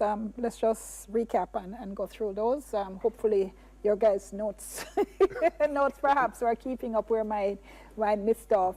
So for Kingston and St. Andrew, that's at 2020, right? And that's full. 2020 and declared. Yes, of course. Right. Declared. 17 in the St. Andrew parish and 3 and 3. Right. 17 each for the parties in St. Andrew, 3 each in Kingston. Correct. Right. Who has the popular vote there? We haven't heard. Well, we haven't heard that, so that would determine who takes who gets the mayor. Yeah. Unless, of course, there's a very close recount and something swings, so we'll see there. So St. Thomas, we had heard JLP leading 5-4, correct? Yes. All right. Portland, JLP is leading 6-3. St. Mary, JLP is leading 7-6. St. Anne, JLP is leading 11-5. St. James, JLP leading 11-6. Hanover, all 7 to the People's National Party. Westmoreland, PNP leading 11-3. St. Elizabeth, JLP finished. This is done. This is done. Yes. 96. Correct. To the JLP. Manchester PNP leading 12-3. Clarendon is a tie. Is what I heard. 11. Yes. Correct. St. Catherine, I missed St. Catherine. 18 to the JLP. I didn't hear how much for PNP. Well, I have at one count it was it 19 to the JLP? Yeah, I didn't hear the end. I just heard the JLP Right. number. He kind of mumbled off to the end. So we'll see if we can get our reporter just to clarify Did you that mention anything for St. Mary? But he did say that there are 13% left coming Yes, in, so he didn't want to Yeah, wait you didn't for that. mention- yes. So. You didn't mention St. Mary. He did. 7 JLP leading 7-6. What's interesting is that the statistical dead heat on the polls, because Is reflected. it is being reflected on Correct. the ground. Yes. Correct. It's close, very it's close going, and so on. And some of the seats that you'd expect the JLP to do well in St. Elizabeth, traditionally, they have done well in St. Elizabeth. What is interesting is the turnaround in Westmoreland. Westmoreland, yes. Because prior to 2020, that's Orange County, I don't think the PNP has ever lost a seat in Westmoreland since 1944, if my memory serves me correct. It's just until 2020, I'm talking an MP seat. And so on. So And that's... at one stage, they had won all the divisions in the parish council. There you go. They used to refer to it affectionately as Orange County. And it used to be interesting because they used to have the worst roads going into Westmoreland. And I say, you got to pay the people a little better money to vote for every year like that. So what is interesting is the statistical dead it is being played out. So I'm interested to see what the popular vote is at the end going to be. That's right. Now the JLP takes heart because they are holding their own on the ground, notwithstanding the fact that they have been, people have said that they have been very corrupt and that they have not performed and they have been arrogant and so on. So they are holding their own in relation to that. So it's going to be interesting at the end of the night to see what happens on the popular count and who controls the municipalities. That's right. Okay, I understand we're standing by to go to the JLP headquarters as well, so I'm waiting to get the signal just to let our listeners know that. Andrea Chisholm standing by there, so as soon as I get Andrea is the only one will be left here tonight. But if they're holding their own, then what's the challenge? Because they are, if it is that we're seeing numbers that indicate that they're holding their own, that they're St. Elizabeth. I mean, at the end of the day, you have to, and this is where I raised a question to you earlier about the performance of the Member of Parliament and the local government panel. Because if you're looking at a performing minister and he's presenting candidates, does that impact? And do we see that reflecting then in who succeeds and who doesn't? Well, I mean, many people think they are mostly non-performing ministers and MPs. That's a general take on the public. Does this reflect how they're looking at the councils in these particular communities as well? The question, though, is this a swing of sorts? Yes. And is it large enough? And so that's the question. Is it of value? Is it of value? Well, what we know is that the PNP is not being wiped out like it was wiped out in 2016 in terms of the losses. What was the numbers in 2016 again in terms of the breakdown? I think they had 98 seats. It was JLP won 30 divisions and the PNP 98 divisions. So insofar as that is concerned, and that was under, who was it at the time? Was Portia? The last, was it Portia this time? I forgot, no. That would have been 2016. Yeah, it was Portia. 2016. So Andrew, so Golden, Mark, would begin to take some sort of comfort, I imagine, in the fact that Westmoreland's swinging back under his watch and that he's holding his own in Kingston and St. Andrew. Rebuilding? Well, that's left to be seen. Is that what we would see in the numbers? Because you're holding your own. Yes. You haven't lost as tragically as you've done before. You seem to be clawing back something. Does this indicate that there is some kind of rebuilding in the process? Well, what we know is that the long knives might not come out in the morning. So we know that definitely he may... Well, you can't do that if you're making progress. That's correct. He may successfully ward off the long knives. Yes. What is going to be critical is what will they do in the next 6 months? There you go. Can they do anything within the 6 months? Can they? They must. I mean, he has nothing to lose at this point in time. Where's the money coming from? Well, they'll have to sort that out. But I imagine that they are going to, in the next 6 months, be clawing and organizing a lot more to ensure that 2025, the numbers look good for them in the general election. Here's why I asked, can they? Because we haven't gotten back the voter turnout. We don't see the numbers. We don't see the people coming out. And what is going to be significant, at least in terms of determining if the message is getting home, is looking at what the independent voters have said. What is the message that is going home? How many people have come out to vote and why? What was it drawing them out? Just, I live in hope, you know, I live in hope. No, tell me something that has led you to think that the parties pay any attention to anything than getting out. Here is why I say that's important. If it was never important before, and I'll be the only voice crying in the wilderness. All right, hold on for me. Let me go back to Let me go over to the JLP headquarters. She's going back to silence. Andrea Chisholm has been speaking with the mayor. Andrea. Relative silence. So we're now joined by Mayor Williams, or should I say Chairman of the KSAC, Delroy Williams, here at the JLP headquarters. Mr. Williams, how is it looking for the JLP so far? Well, all the figures we have, all the numbers show that we have retained the because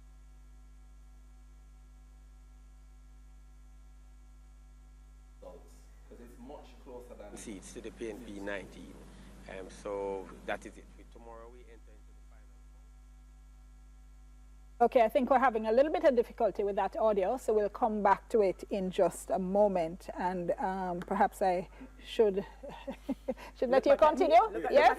Yes? It's important. You know why it's important? Woman, I'm not saying it's not important. No, you know, I just want to. We have to push the points. We have to push the points and make the people understand that we have a responsibility. You said it earlier about voting, that it's not just at the ballot box. But here's the problem. It nauseates me to hear members of parliament feel that it's only the people them who vote that are important. If you want to be relevant and continue to grow in relevance, and I think when you look at the numbers and you look at the performance, you must take into consideration what other people think. Yes, but they're not. Except what they want to do, with respect, is to win this election that's in front of them today. Exactly. And that's why I say, for me, looking at the voter turnout numbers, and you're looking at what has been accruing for the PNP, I am interested in seeing whether or not there is that turn in the numbers that would indicate that there has been some change or some consideration. Hear me. Hold on 1 second. Let me hear from the two people who are actually involved. No, not at all. But I just honestly want to know, Clive, if when you're on the campaign trail, if it's that your focus is on getting out your people, as opposed to having them stay home because they're vexed, or you're really going after this nebulous class called uncommitted? No, you hope the uncommitted come on board, but you definitely want your people. You can't afford to lose that traction. So you tend to focus on that. I think that even in this particular close election, what you're seeing that both parties have energized their base. Yes. Correct. Okay. Hold on. Let's just go back to the interview that Andrea Chisholm did with the mayor of Kingston, and this was done minutes ago.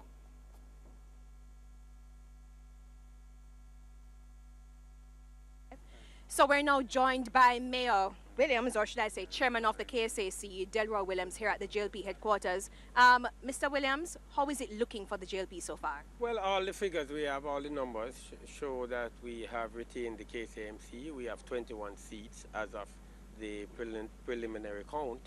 We have 21 seats to the PNP 19.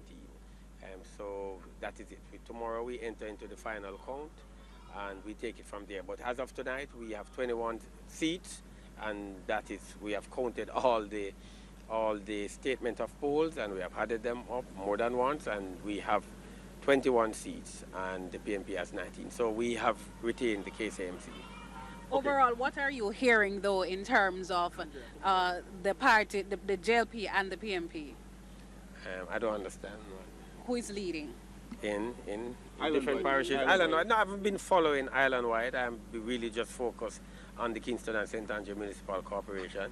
I spent all day, all evening just focusing on Kingston and St. Andrew, and rightly so. So I can tell you what is the situation in Kingston and St. Andrew. What's the mood of the party? The JLP 21 seats. I believe the party right now is just listening and putting the numbers together. I'm going to call some divisions, and you tell me if the JLP has won. Brandon Hill. I'm not sure what is out of What about Papine? No, we didn't win. Mono. Well, one second. What about Papine? Let's just get that clear. I'm not the number. We have won Papine. You're saying you've won Mono? We have won Mono. Dallas, East Rural, St. Andrew. Won it. Yeah. Kintyre. We have won. Gordontown. We have won Gordontown. Mavis Bank. You're going to go to all of them? No, I'm going to the marginals. We have won Raytown by a good margin. Almond Town.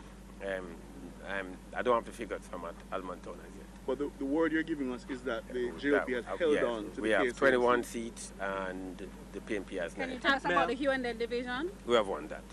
All right. Mr. Williams, we're looking up here and it seems... And we have won Radiance also.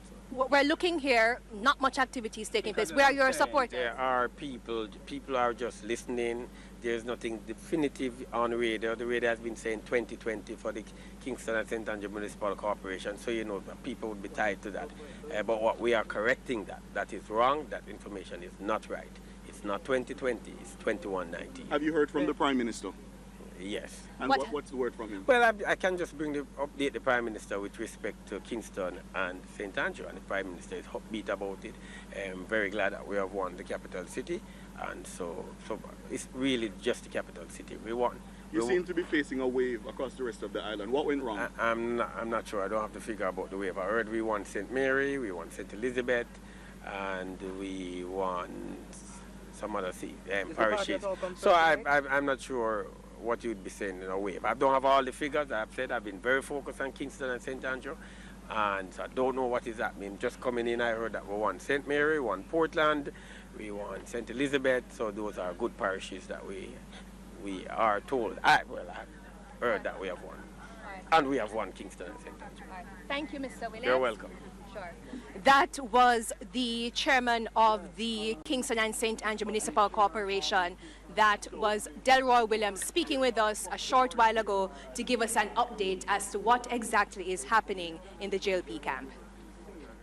Okay, and just to say, Mr. Williams mentioned the Raytown. This was a division that last time was won by 1 vote. Rosalie Hamilton retained it this time, 2182 to 1801 for Sean McGregor of the People's National Party. And let's go now to Electoral Office. Jovan Keys has another update for us. Okay, so while we wait to get Jovan Keys, let's go to Milton, who has one of the parishes. He's looking at St. Thomas. On election night, St. Thomas had tied in 2016, 5-5. Later, one of the JLP councillors died, and that made it 5-4 for the PNP. Milton, tell us what you're seeing. All right, Dion, let's go and look at the national figure first, though, Dion. The popular vote, as you can see, is 303,136.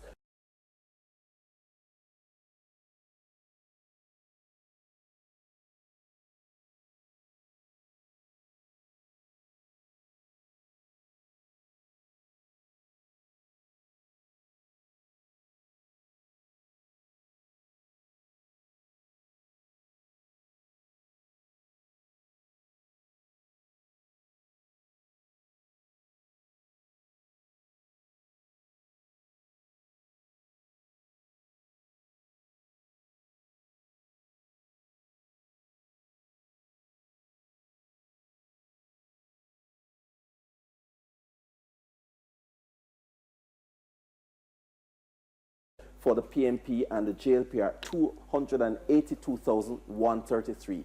100 divisions have been declared for the PNP so far and 95 for the JLP. So it's very close, particularly when you take into account the fact that the PNP won Hanover by 7 love or something like that, and they've racked up a big win there. The JLP has 95 seats. So the JLP is still doing well in some areas. And there are 17 seats that are left that are being led by the JLP at present, and the PNP, I think, are leading in 5. So it is a very close election. 15, sorry. Yeah, 15. I'm sorry, I should have said 15. We hear what the mayor says about the JLP having won the capital. The PNP said earlier that they believe they've won the capital. So we'll see what the final results look like. But so far, if we can, while we change the map, the PNP have retained Manchester, Hanover, Westmoreland, and those are the 3 that we know for sure. The JLP have retained St. Anne, and it appears that the JLP have picked up St. Catherine, which was previously held by the PNP. The JLP also have retained St. Elizabeth and Trelawney. Clarendon is even at this point, and the JLP are leading in, this is Clarendon, as you can see on the board. The last time we checked it, the division count between the two parties was even. It was 11 all between the JLP and the PNP. As the Director of Elections said, when there is a tie, because a lot of the municipal corporations have even numbers in their terms of their division, it's the party that wins the popular vote will get the chance to elect the mayor, the chairman of the municipal corporation. But as you can see, the PNP picked up Moko, which previously was held by the JLP. The JLP won Maypen North. They normally win that one. And the JLP also won Maypen East as well. The Mineral Heights, which was a traditional JLP seat, that was the one held by the former mayor, Milton Brown, who died about 3 years ago. The JLP have retained that one as well. And the JLP also retained Rocky Point, Palmer's Cross, where it was retained by the JLP as well. So it's kind of going similar to what it was the last election. We haven't seen where Reaches is, which is in northwest Clarendon. The PNP won that in 2016. That is the Philip Enriquez seat, which is currently held by the JLP's Philip Enriquez. We haven't seen where a declaration for that one yet, so the results are outstanding for that division in the parish council. And if it goes to the PNP, then the PNP will probably get control of the Clarendon Municipal Corporation. If we can look at St. Anne,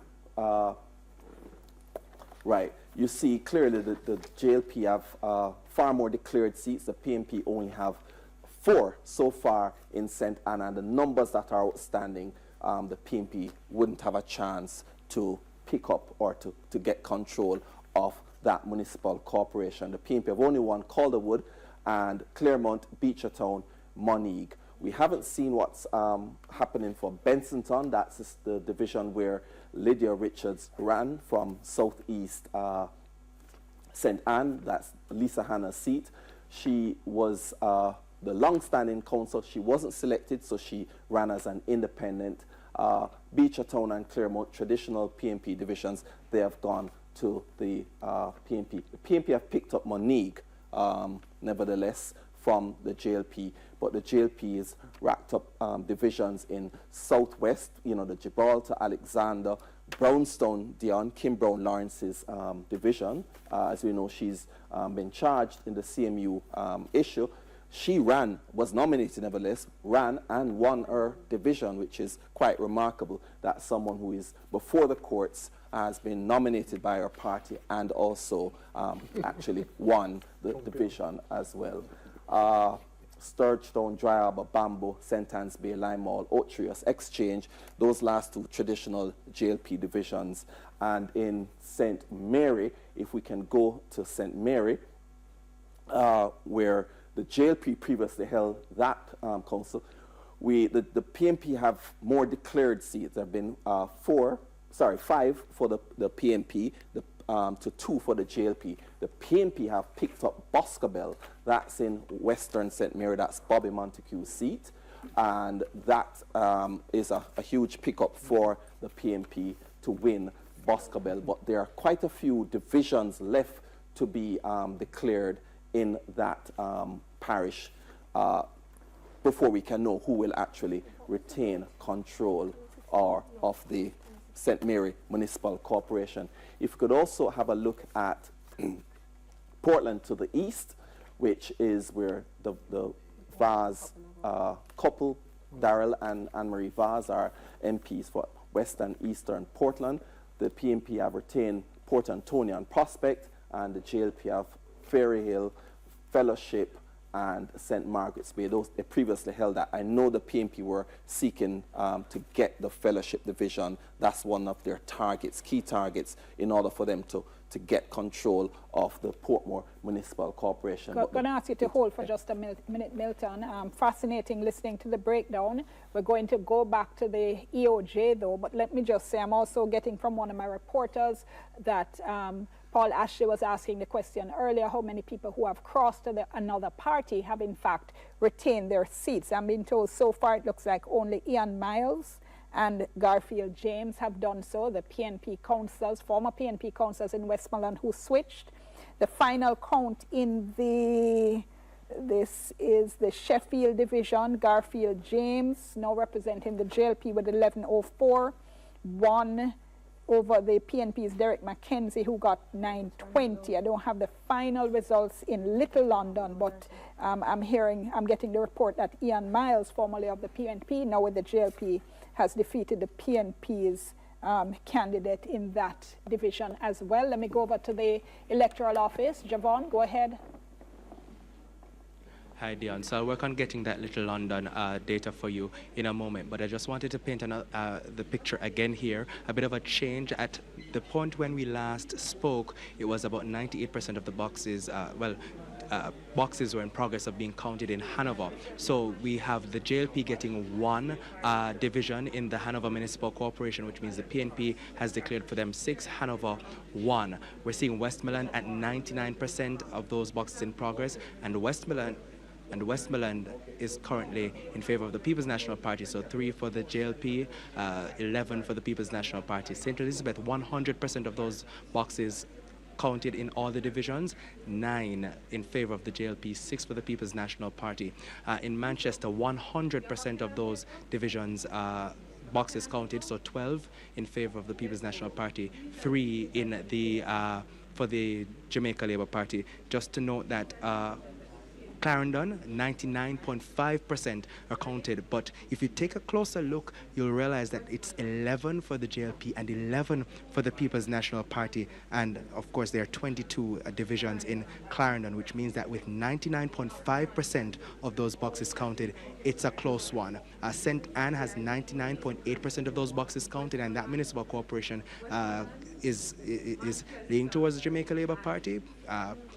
But I have with me here Neville Graham, of course, our seasoned election reporter, or business reporter, many of you will know him as, but he has quite a bit of experience covering elections. So you're looking at this, Neville. Your take on this, is it too early to call? It's too early to call, and deliberately so, because what we're seeing now is a preliminary count. And there are many things that can go wrong in the preliminary count, because it's coming as written information and information that was transmitted over the telephone.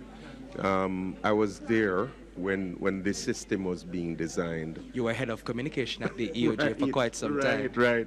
And at that time, what we decided was that the final reports would determine what the results are. You won't be getting those final reports until Tuesday and Wednesday. All right, so that is when the official count takes place, and that data is now inputted into the system, and a proper determination is made. Now, I can tell you that when we will have known the results on Tuesday or Wednesday, there's also the process of what you call a magisterial recount that has to be done. If, say, there's a difference of 10 votes or so between the parties, then either of them can request a magisterial recount. Strangely enough, the magisterial recount does not normally vary much from what the returning officer does at the official count, because he sits almost like a parish judge in that circumstance. All right, Neville, thank you so much. Some insight there from Neville Graham, our reporter at the Gleaner and a former head of communication at the Electoral Office of Jamaica. Now, I want to let you know as well that 97.5% of the seats across the island, boxes rather, across the island have been counted, so that's 97.5. But I don't know if my videographer will be able to move with me just a little bit, because what's taking place now as well is that we're getting some data coming in from the Portmore Municipal Corporation. Of course, we know that there are 3 mayoral candidates on that ballot, and what we're seeing coming in is that in the Portmore Municipal Corporation at this time, 79.9% of those boxes have been counted. That works out to 225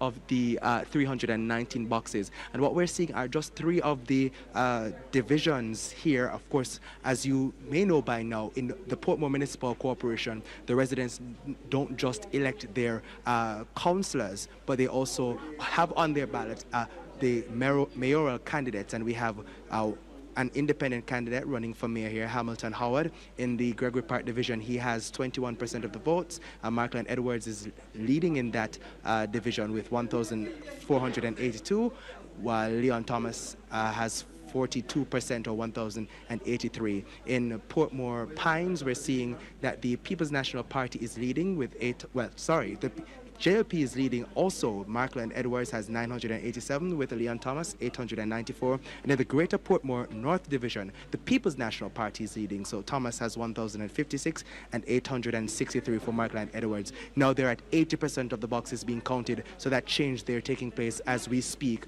And we'll of course continue to track that. But until then, it's back to you in studio.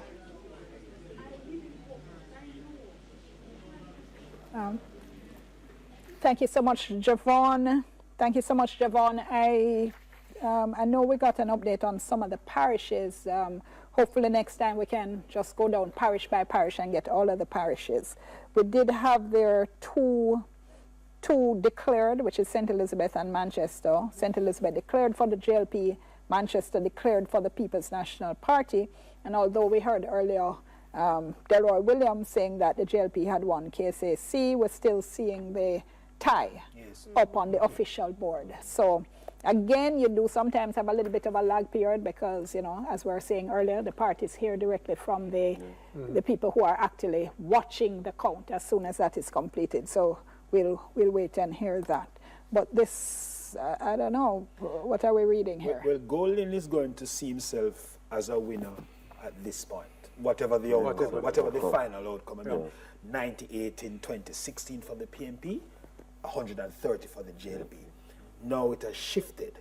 It's almost as if it's going to be a dead heat. Again, statistical dead heat on both polls. So it's going to be razor thin in terms of the breakdown of the winning in the parishes. The popular vote is also, as we heard earlier, it's razor thin. It's not a lot between them at this point in time. 303, 136, 282, 133 for the JLP. Razor thin.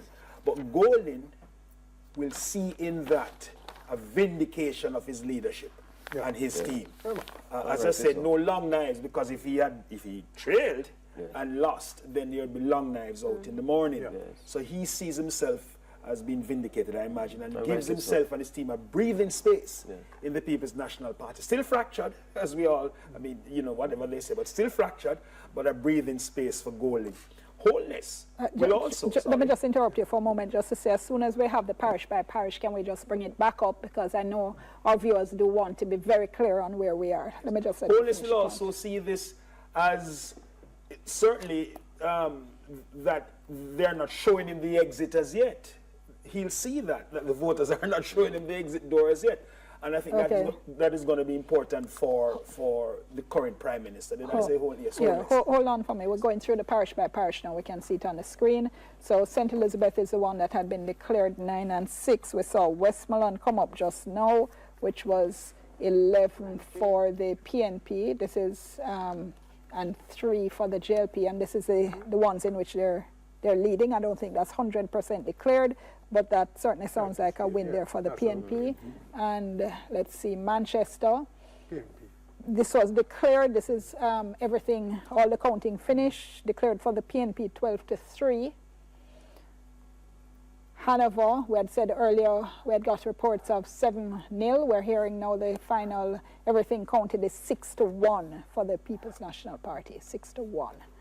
I have to say I'm not a fan of results where you have one party sweeping a municipal corporation. I think it's terrible for democracy. So Clarendon, we're at 11-11, so we're at a tie there. I hear you laugh, Paul Ashley, I'll soon come to you. St. Catherine, this has the PNP, let's just get this, I didn't have this in my notes. This has the PNP leading 23-18. Okay. Kingston, we had heard this 3 and 3 tied here. And St. Andrew, we're at 17 and 17. So St. Thomas That is close.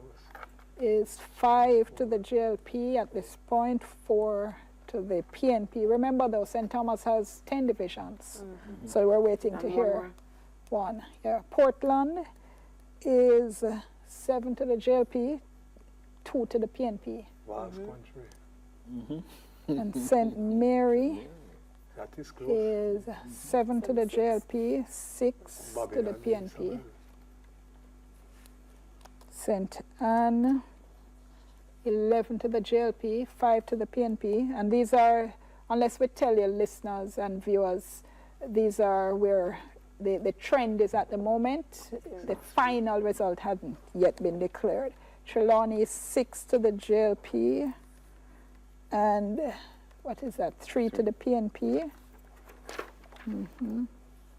St. James, 11 to the JLP, 6 to the PNP.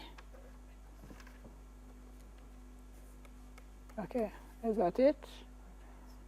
Right, somebody doing a quick count, see who is, yeah, that's it, thank you so much. We're just doing a quick count in the meantime, listeners and viewers, in terms of, well, I see Daniel and Clyde both counting. Well, well, on this side, the side, they're not counting. The counting going on over here so feverishly. So while this side waits to do the analysis from the count. Okay, okay. I have 7 for the JLP ahead in terms of leading and or declared, and or declared. And for the PNP, I have 4. Leading and or declare. Westmoreland, Hanover, Manchester, St. Catherine for the PNP leading and or declare. JLP, St. Bess, Trelawney, St. Thomas, Portland, St. Mary, St. Anne, St. James. Leading and or declared. We have what?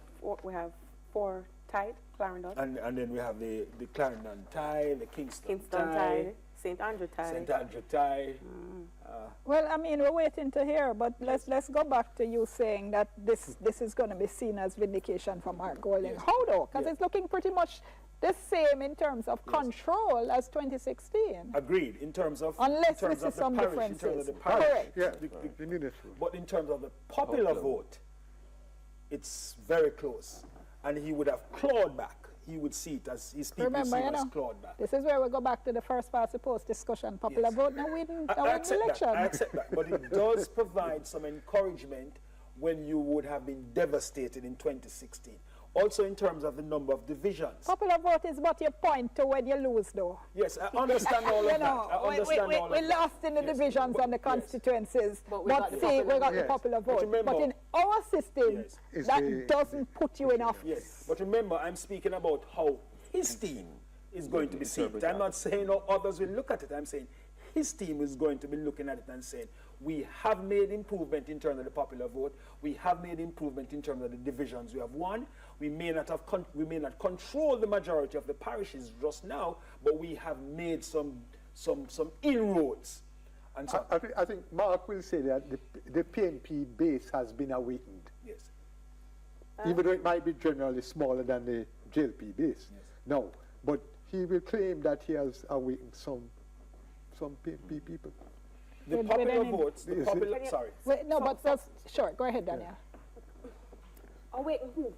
The PNP base. Because, you know, I declared my hand when I started, right? That I was interested in the voter turnout, the numbers of people. 2016 was 30%, thereabout, with 500 555,880.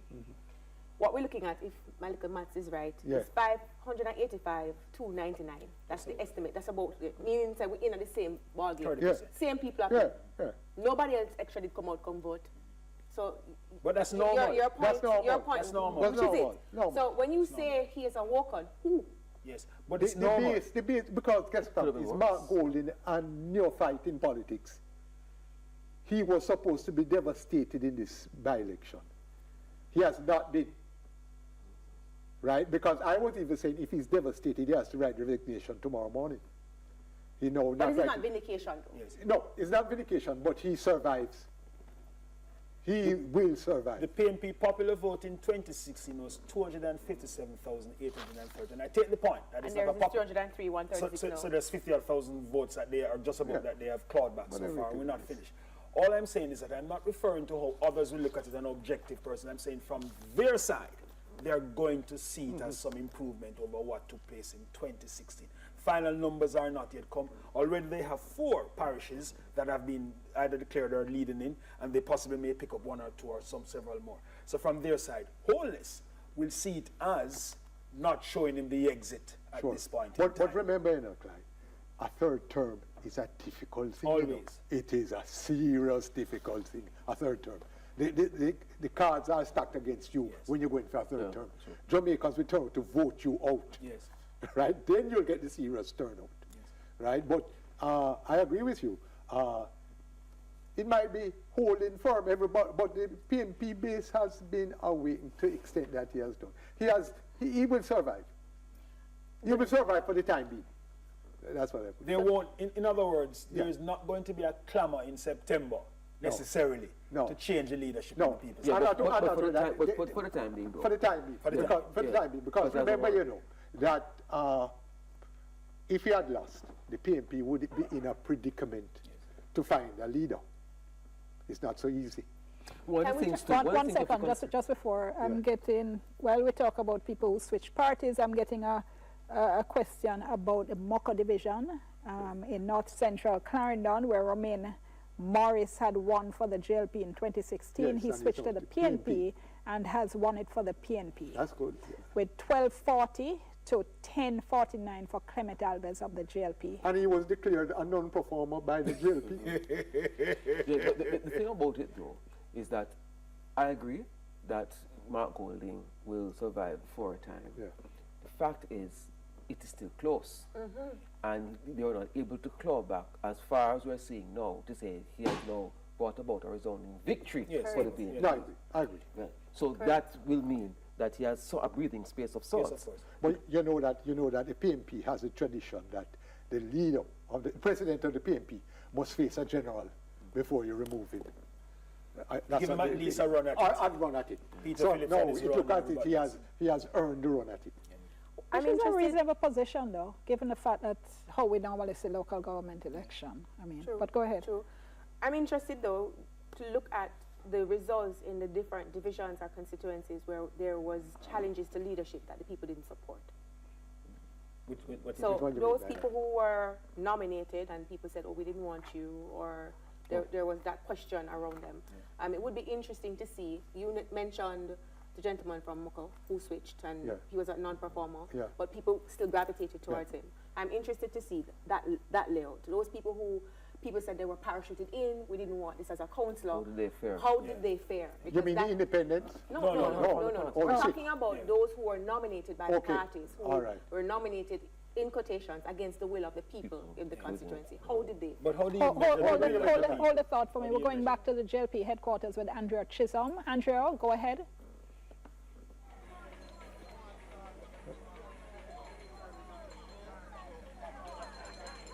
The atmosphere has gotten a little bit more festive here at the JLP headquarters at Belmont Road.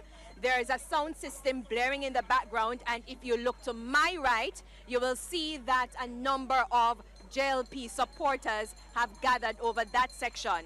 On the outskirts, on the outside of the compound, there are some JLP supporters as well. Some are eating, some are insisting that they are not yet ready to talk to the media because they need to have a better understanding of what is taking place. But I saw Miss Vivine. Miss Vivine, come please. Where's the gentleman with the bell?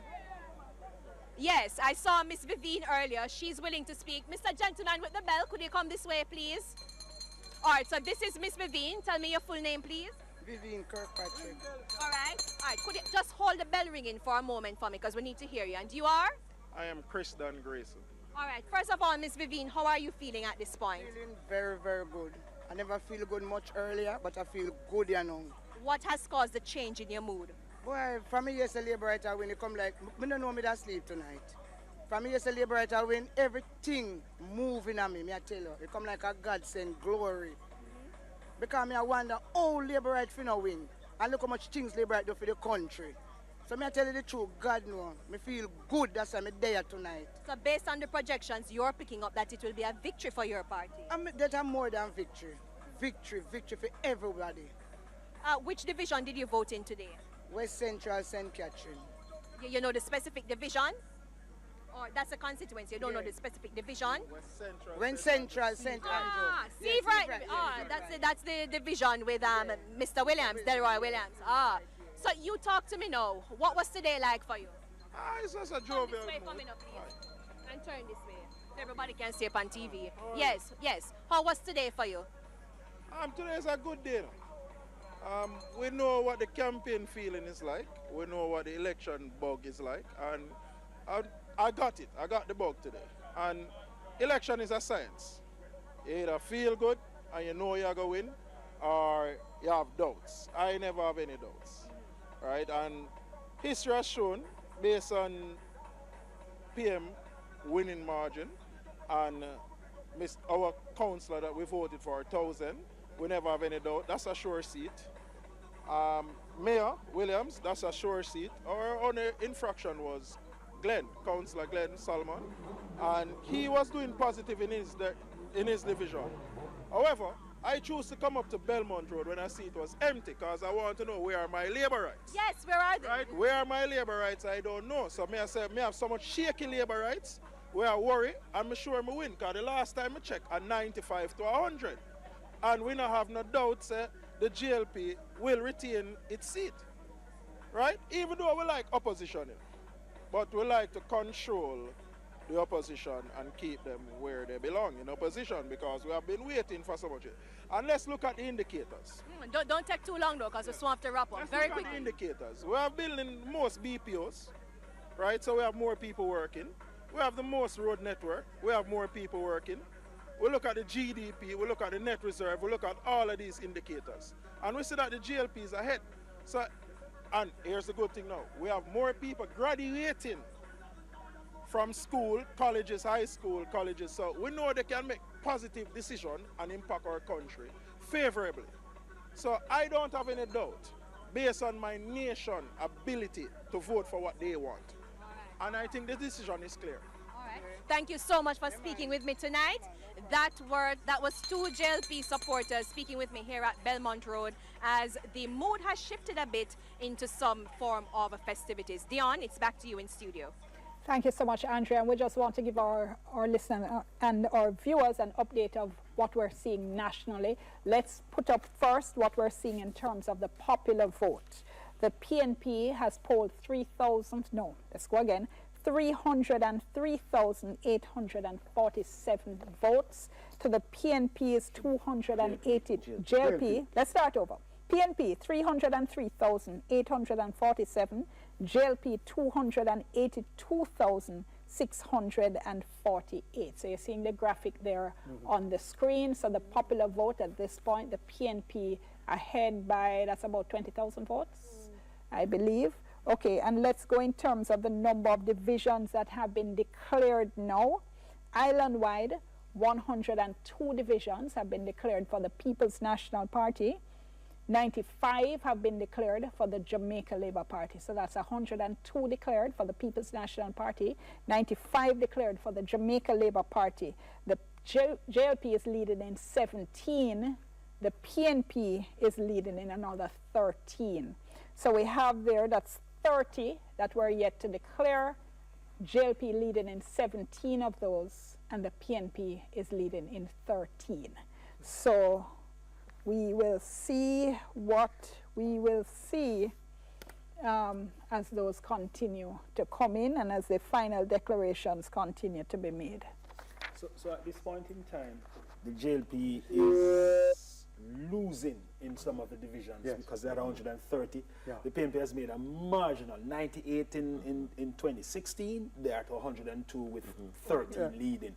So again, not any great thing to shout home about, but it staves off and for the Labour Party, they will see in this as they're not showing us the door. We need to shore up our base and ensure that by the time the next general will be ahead on it. Not only that, all the promises, stroke commitments have to be fulfilled before the next general election. Which is why off air I was throwing it at you when I say it's practice. Not to say that you're practicing for the election, so to speak, but you get an opportunity to test the ground, to test your messages, to see what is working and what is not working, and to make a better run for it for the elections. The cap with the 3 at the side never click. I suspect really that must have been part of the strategy. I know Clyde was saying, well, it's foolhardy to do it. But I suspect that this was also for them an opportunity to say, risky. But to say, well, what is happening to get that kind of sounding? Yes, you want to win, but where are we? Yes. And I suspect this is a wake-up call for them. Can they deliver later on? We don't know. But at the end of the day, this is what they're saying. Okay, our reporter, we're going back to the Electoral Office. Jovan Keys has a clearer picture for us. Go ahead, Jovan.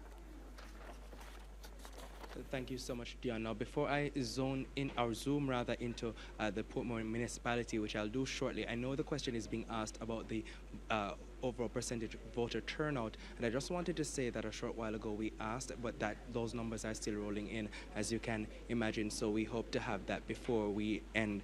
Hopefully before we end, but if not, of course, you know, Television Jamaica will have you covered, viewers and listeners. But let's take a look at the Portmore municipality. So 94% of those boxes have been counted. That's 300 of 319 boxes. The timestamp on that is 9:53 p.m. And let's start taking a look at some of those divisions. So Gregory Park Division has 33 of 34 boxes complete, and Markland Edwards, the mayoral candidate, because that's what we're looking at particularly here, we're seeing Markland Edwards leading in this one, with Leon Thomas second, 1,083, 1,482 for Markland Edwards. Let's look at another division, and let me remind our viewers and listeners that the Portmore municipality really has about 12 divisions there, so far one in favor of the Jamaica Labour Party, but of course that's 33 of 34 boxes being counted there. Let's continue as we keep looking at those other divisions. We have 1,026 votes in favor of Markland Edwards for the Portmore Pines division, 946 votes for Leon Thomas. As we continue that look, we will also bring up some more divisions in short order, but as the team on the ground brings those up, just letting you know that 97.5% of the boxes across the island have been counted. So on screen here we're seeing a bit of a turn there with Leon Thomas, the PNP's candidate, leading Markland Edwards with 1,421 votes for Thomas. Edwards has 806 with 94.4% of the boxes counted, so a slight update there. As we quickly go through, Edgewater has Leon Thomas again, 28 of 28 boxes. So those two, Waterford and Edgewater, can be declared for the people, well, preliminarily for the People's National Party.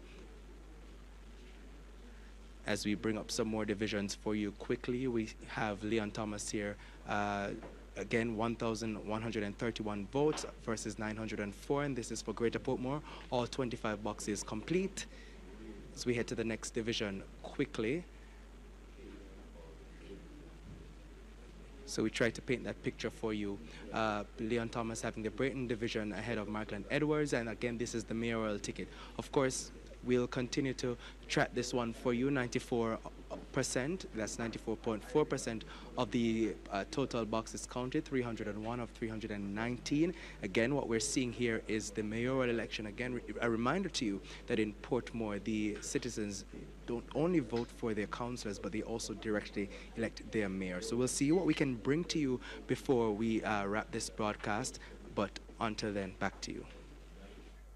All right. Thank you so much, Jovan. And of course, we're hearing there division by division, but we're going to have to tabulate all those numbers so we can get a sense of whether, in fact, it is Markland Edwards leading of the JLP or it's Leon Thomas of the People's National Party. And that's always an interesting one because of this, you know, it's the only race where we see the people choosing their mayor. In fact, I find it interesting because it is the only opportunity we have to see two votes, which many people are saying separate the vote for MP from the vote for Prime Minister. And Portmore gives us an opportunity to look how this works out in terms of, and it's not confusing. The people understand. I voted in Portmore. I had my 2 votes. Everybody understand what it is. So it's not anything complex for us in the national election. Two ballots. It's not anything complex in the national election to give us 2 ballots. We can choose a Prime Minister and we can choose the MP. And I think Portmore gives us the best example of how this thing could work out in Jamaica. I want to say something also quickly about the efforts and the money being spent. It's not been matched in the pullout. All the efforts over the last 2 weeks and the mass meetings and the huge crowds walking behind and so forth and so on, we're not seeing that on the night of the election. We're below 40%. We might be at about mid-30s as it appears. So that's very interesting that there is a race to the bottom. We'll come back to the point earlier that we made. It's a race to the bottom. What fascinates me in Jamaica, I don't see the parties trying to take on platforms outside of their hardcore issues. So you have a vast number of persons out there who you think that they will be trying to appeal to by taking on some of their platform ideas. Not our politicians. We are racing to the bottom. Dion, you're correct, but it's about the A-list. You go for your hardcore support, you forget everything else. Once you pull out your hardcore support and you have the numbers that you think you're going to win the election, you're satisfied. Clyde, an anemic win is better than a healthy loss. But it's still anemic. Yes, but they don't care. But that's a challenge, though, Paul. They don't care. I don't think you can just change the system by voting for the Prime Minister vis-a-vis But it does bring about greater direct accountability. And I'm not saying it's a simple thing, because there are some issues we know with a direct election, and you might not have a parliament that supports the Prime Minister. In other words, the Prime Minister wins on the popular vote but cannot pass legislation because he doesn't have a majority in the parliament. So there are some issues in relation to a direct election for the Prime Minister if he does not, if his party does not command the majority of seats in the parliament itself. How about we start with a direct election of the president? You mean not a ceremonial president? Not a ceremonial Well, it's the same difference. It's a direct election. Well, let's start with that first. But I think what we can get from this, though, is that if we're talking about improving the overall involvement of people, how the system can work and how you can make it Jamaican and how you can make it work for you, is that we have an example in Portmore. Yes. Whether or not we decide that this is how we want it to go for the Prime Minister, what we're saying and what we're seeing in Portmore is that you can't vote for two people, you can't vote for the mayor. But how do you inspire people to come out? So here, you see, that's why I was going, that is why I was going underneath the desk. Because I am the one who has that nebulous use the word? Nebulous idea about pitching ideas. I don't think your idea is nebulous at all. Your idea is very clearly defined. At the end of the day, look here, we've been doing this since '62. Yeah. When I look back at the legislation, and this is where we always combat Dion, because I see where we copy. There has been no great effort to let us decide and craft a scheme for ourselves. Except the last three bills. To be fair, the 2015-2016 bills, in terms of Local Governance Act, the Joint Services Act, and the one in relation to financial services. So to give it to them since 2015-16, those three significant pieces of legislation passed under the previous administration. Those legislation are designed to transform the local government. This is 94.5 FM. This is Radio Jamaica 94 FM. It's a minute after 10. The latest news is on Radio Jamaica.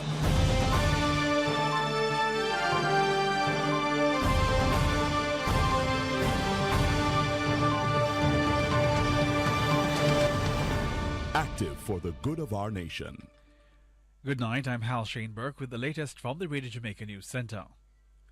Preliminary results have come in for a number of divisions in the local government election.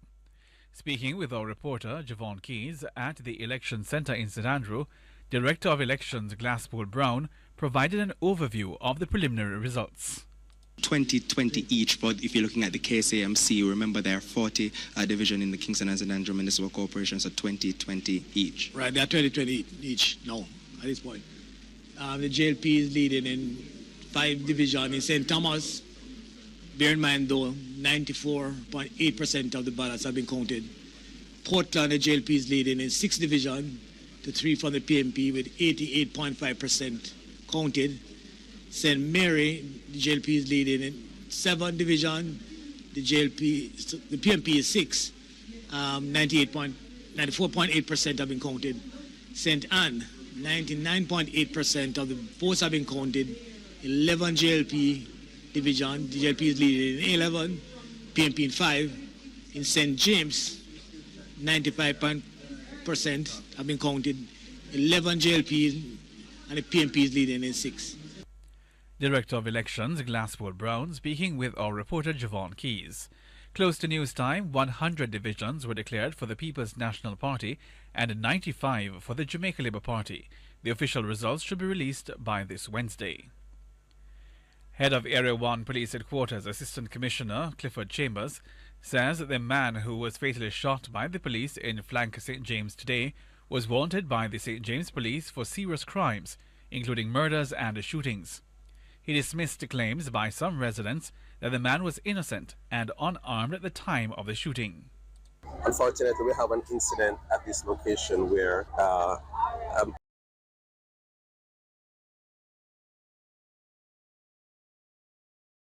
my 2 votes. Everybody understand what it is. So it's not anything complex for us in the national election. Two ballots.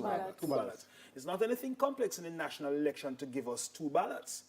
We can choose a prime minister and we can choose the MP. And I think Portmore gives us the best example of how this thing could work out in Jamaica. I want to say something also quickly about the efforts and the money being spent. It's not been matched in the pullout. All the efforts over the last 2 weeks and the mass meetings and the huge crowds walking behind and so forth and so on, we're not seeing that on the night of the election. We're below 40%. We might be at about mid-30s as it appears. So that's very interesting that there is a race to the bottom. We'll come back to the point earlier that we made. It's a race to the bottom.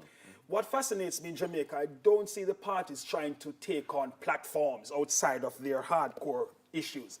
So you have a vast number of persons out there who you think that they will be trying to appeal to by taking on some of their platform ideas. Not our politicians. We are racing to the bottom. Dion, you're correct. But it's about the A-list. You go for your hardcore support, you forget everything else. Once you pull out your hardcore support and you have the numbers that you think you're going to win the election, you're satisfied.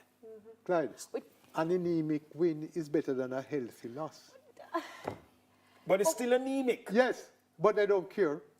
But that's a challenge, though, Paul. They don't care. I don't think you can just change the system by voting for the Prime Minister vis-a-vis But it does bring about greater direct accountability.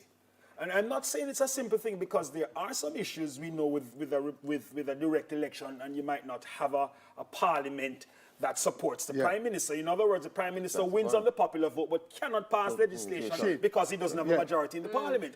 So there are some issues in relation to a direct election for the Prime Minister if he does not, if his party does not command the majority of seats in the Parliament itself. How about we start with a direct election of the President? You mean not a ceremonial president? Not a ceremonial president. But it's the same difference. It's a direct election Well, let's start with that first. But I think what we can get from this, though, is that if we're talking about improving the overall involvement of people, how the system can work and how you can make it Jamaican and how you can make it work for you, is that we have an example in Portmore. Yes. Whether or not we decide that this is how we want it to go for the Prime Minister, what we're saying and what we're seeing in Portmore is that you can't vote for 2 people, you can't vote for the mayor. But how do you inspire people to come out? So here, you see, that's why I was going, that is why I was going underneath the desk. Because I am the one who has that nebulous use the word? Nebulous idea about pitching ideas. I think I don't think your idea is nebulous at all. Your idea is very clearly defined. At the end of the day, look here, we've been doing this since '62. Yes. When I look back at the legislation, and this is where we always come back, Dion, because I see where we copy.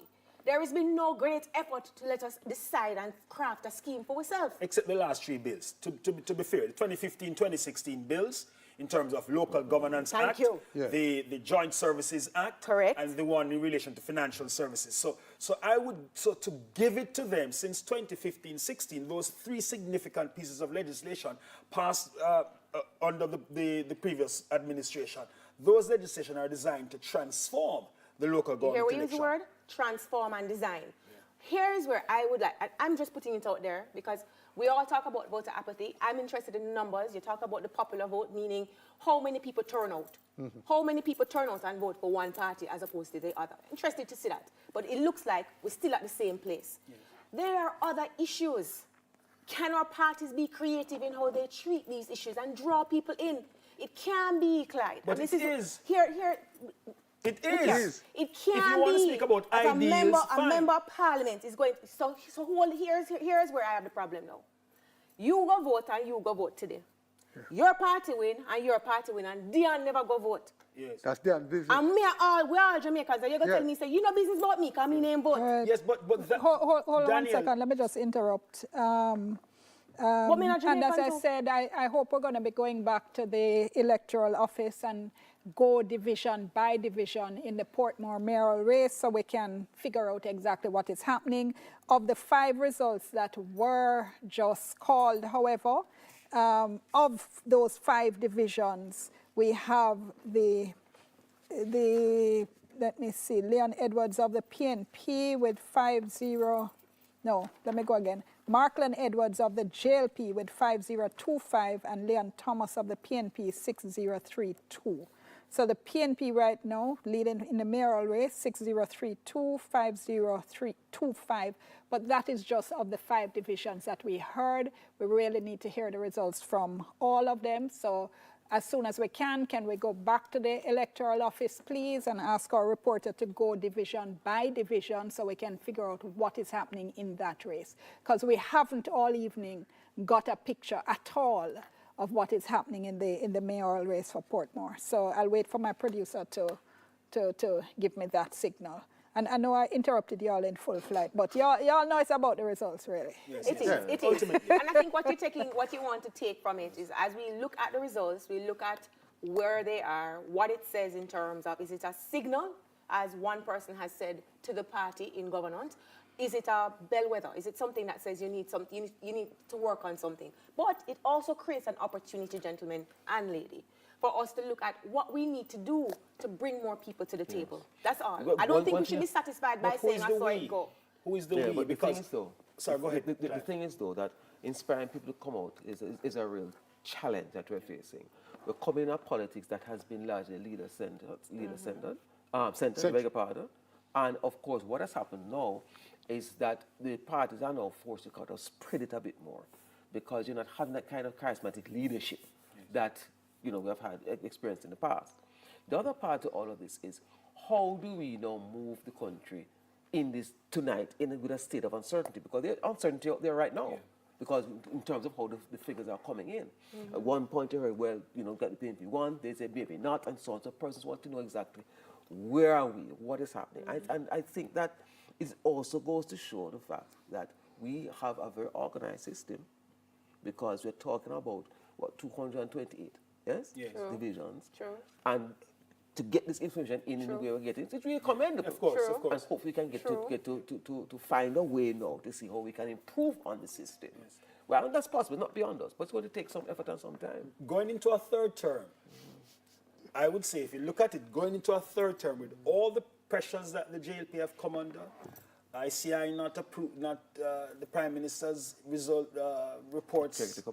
Integrity Commission still have questions around it, allegations of corruption here and there and so forth. With all of that, the JLP looking like, say, the people are not ready to show them the exit. And I think they will take some courage in that. What it will mean, Archer, is that it's going to continue to be a race to the bottom. Yeah. Our parties, I can tell you this, our parties have no interest in any independent voice and those things. In fact, if you're in there, you're independent voice, you're in trouble. You toe the line, you toe the line, or you will sideline it. So hang on. So your positions are shared by a vast majority of Jamaicans who do not turn out to vote. However, at the end of the day, the persons who turn out determine what happens in this country. Correct. Which is why it's beautiful to segue from what you are saying about how beautiful it is that we can actually vote. Because at the end of the day, if you really want to say, Dion, you have to really vote. Because you said it earlier.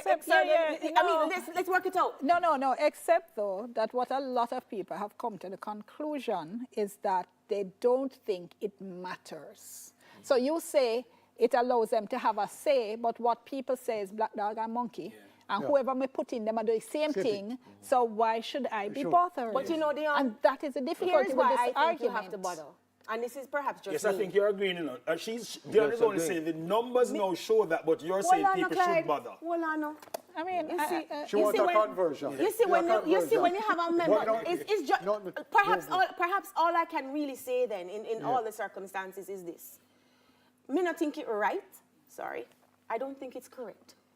for a member of parliament, win, lose or draw, to focus only on their voters and to say that we are not concerned about the people who don't vote. But the fact is it's wrong, because they are in fact being paid from the public purse. Thank you. And you have taken an oath for the people of Jamaica. So me just calling so it is it in out fact wrong. to say, since I can't get the whole cake, Dion, maybe what I can ask for is that this bellwether, this kind of thing, in order to get people more inclusive and talk a little bit more, is to be more respectful of the fact that people want to vote. People want something to vote for. Good point. Right? Yeah, and so you have to... No, hold on. Also, though... There's an institution called a pressure group, you know. Yes. You can form pressure groups. And I was going to... That's exactly the point I was going to make. That here is now the...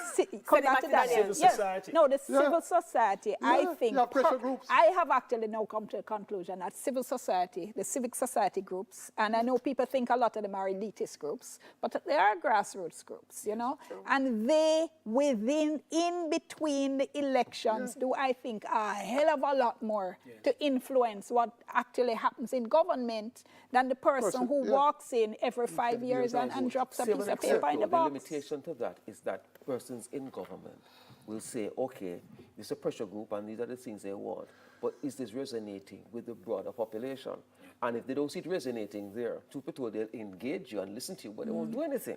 Ultimately, so you have to come to that point of the real power play. That's correct. The power play has to be right back to get people to actually vote, despite what is happening. The data, I'm data-driven. The data suggests more and more people are disconnecting from the system. Good. So we have to... so hang on, Daniel. So we have to start by an examination of the data and a determination of what is this data saying to us. And it is saying that, back to what Dion said, people tune out and decide, let me work in another area. So the parties are not going to, not in their present composition and culture, they're not going to be focusing on getting anybody out except their hardcore support. And on the point you just made, Clive, that the pressure groups, if they're issues, and many of them are not widespread issues, you know, constitutional reform, and some of these issues are not issues that are bread and butter issues. Yeah, but the fact of the matter is that neither the vote doesn't, what should I say, doesn't propel individual issues either. Because people vote for all kinds of things. So the fact that you are going to, I don't know, constitutional reform and you promise accountability, my issue may simply be like this. Or it may be me just want a change. Or it might be me just not like you. The party put in our candidate when me think fool, and I'm not going to vote for you. So so the fact saying that you need to bring out people to vote doesn't in and of itself either influence specific policy and governance direction. Unless you're going to make voting mandatory. No. And that's not uninjured. You don't like it. You don't like it. Well, I don't know if voting is really the key indicator. I firmly believe the right to vote must include the right to not vote. I agree. And we've seen as well in some, I know people ask this, we've seen as well in some jurisdictions that have tried to introduce mandatory voting, that if people don't want to vote, then go in and spoil the ballot paper as a mark of protest. I don't think we should be... No. We don't... How many... No, but the thing is that civil society needs to accept that it has a role to play.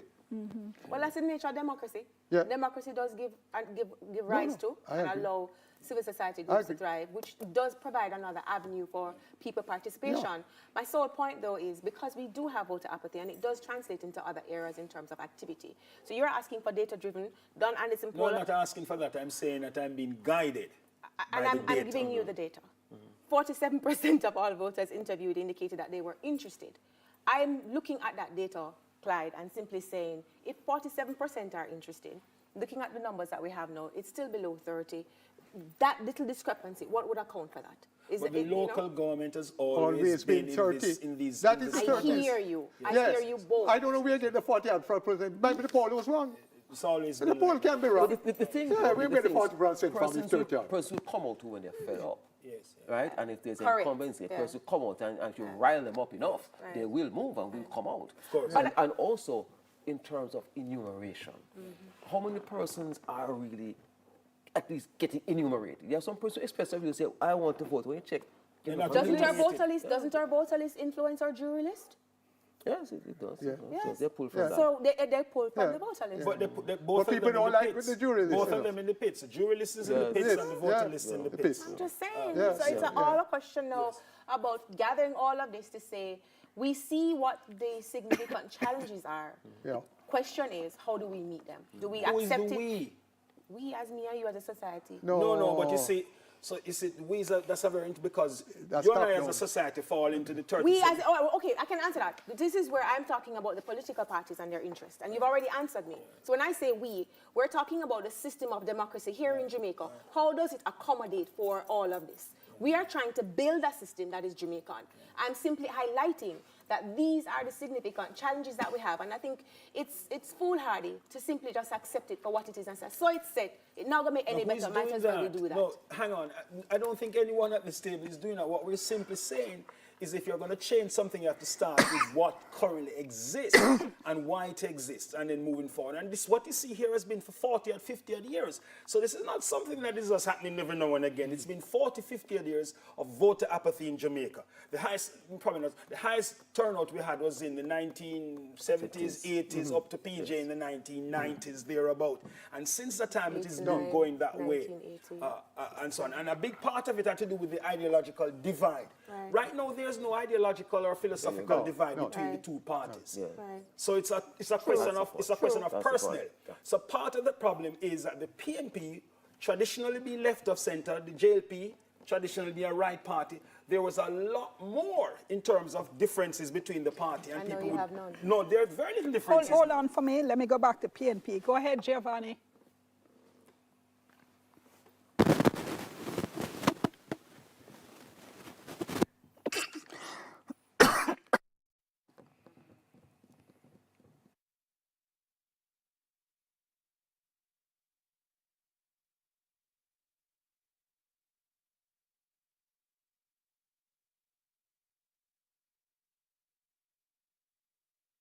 Ready. Go ahead for me.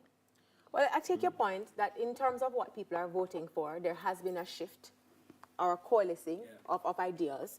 But we still have to get to that point, Clyde, where we stand at the door of every election, whether we're closing it, and ask, you've said it, we've done this for 40 years. We are now in the midst of dreaming of crafting of constitutional reform. What does this mean? Will these elections play a part then?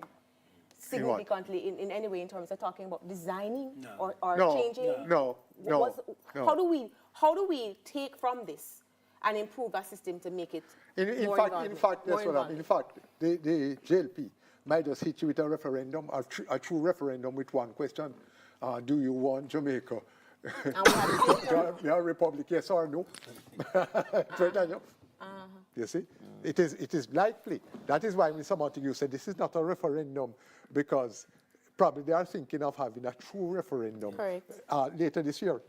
The big question I'm interested to see how the Prime Minister, the leader of the JLP, will answer is that, do I go for an early election if I win this one, or do I push it into 2025? Well, that might be one of the questions that's put to him. I hear he might be on his way to Belmont Road. But in the meantime, let's take a break. We're back in a moment. Get it now in the App Store or the Google Play Store. Search eCleaner. Click download, then sign in or register via jamaica-cleaner.com.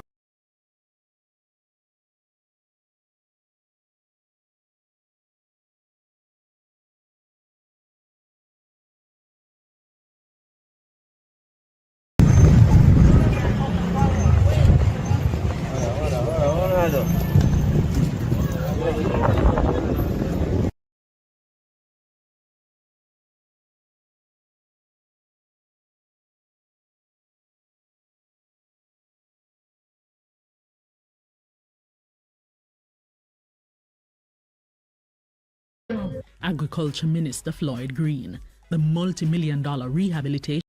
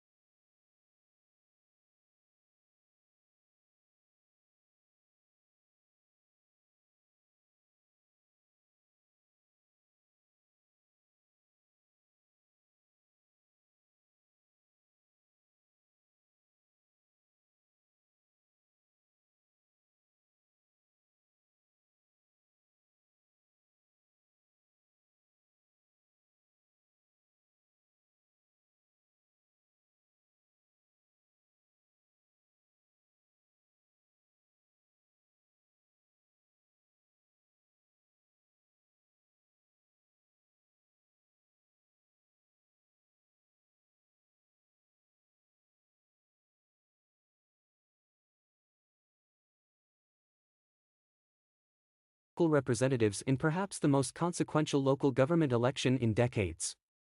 Today's vote follows 15 days, since nomination day on February 8, of one of the most intense campaigning ever seen for a local poll in what political analysts have described as a high-stakes election, which foreshadows the general election due by the end of 2025. There was no public campaigning on Sunday, as political parties are not allowed to campaign the day before an election. Both Prime Minister Andrew Holness, leader of the Jamaica Labour Party, JLP, and opposition leader Mark Golding, president of the People's National Party, PNP, were front and center while campaigning for their respective parties. Everybody out there campaigning general election style, I have never seen it like this. And then they're having all of their campaign moments in the different locations in the parishes, and the party stalwarts, including the leaders at the top, are there everywhere. Professor of Culture, Gender and Society at the University of the West Indies, Donna Hope, while speaking with Loop News.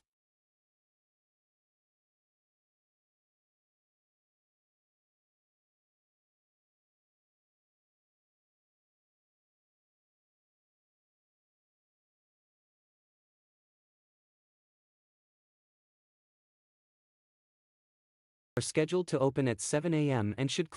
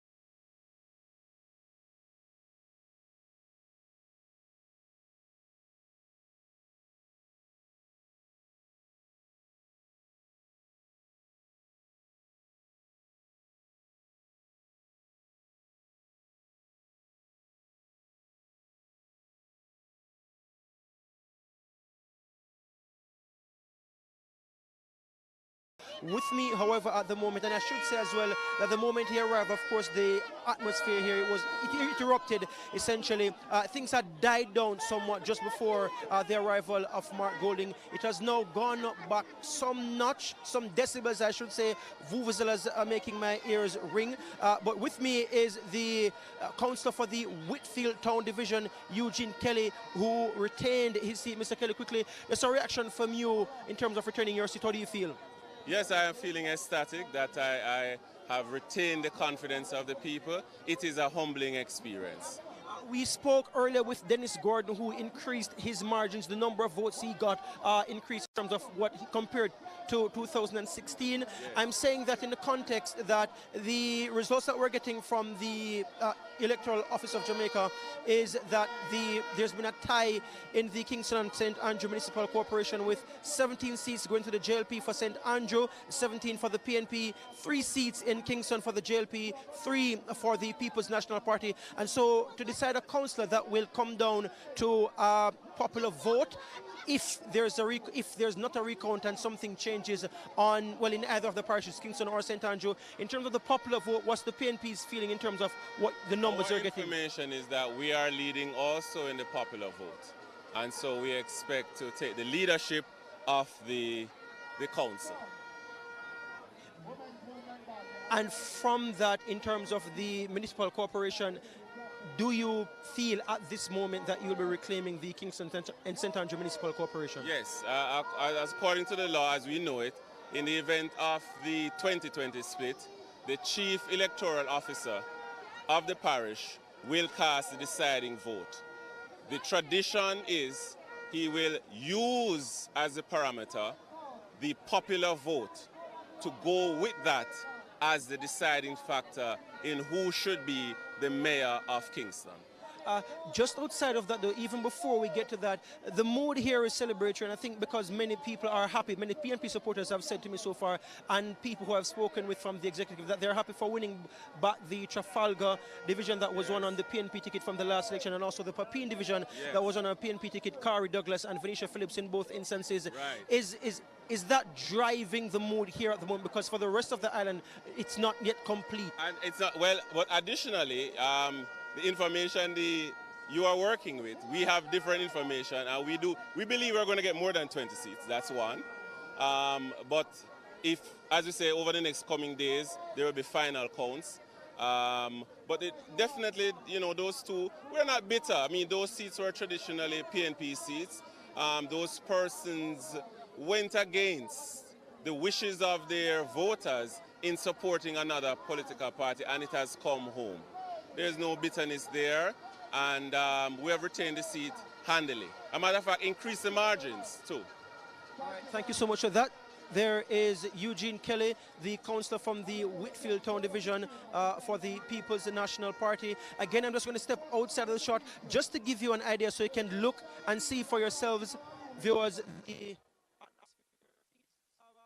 There's someone speaking from a van on the compound inside the yard, and the supporters are also here standing and looking. The party president, Mark Golding, moments ago, less than 5 minutes ago, arrived, and he is now inside the party offices.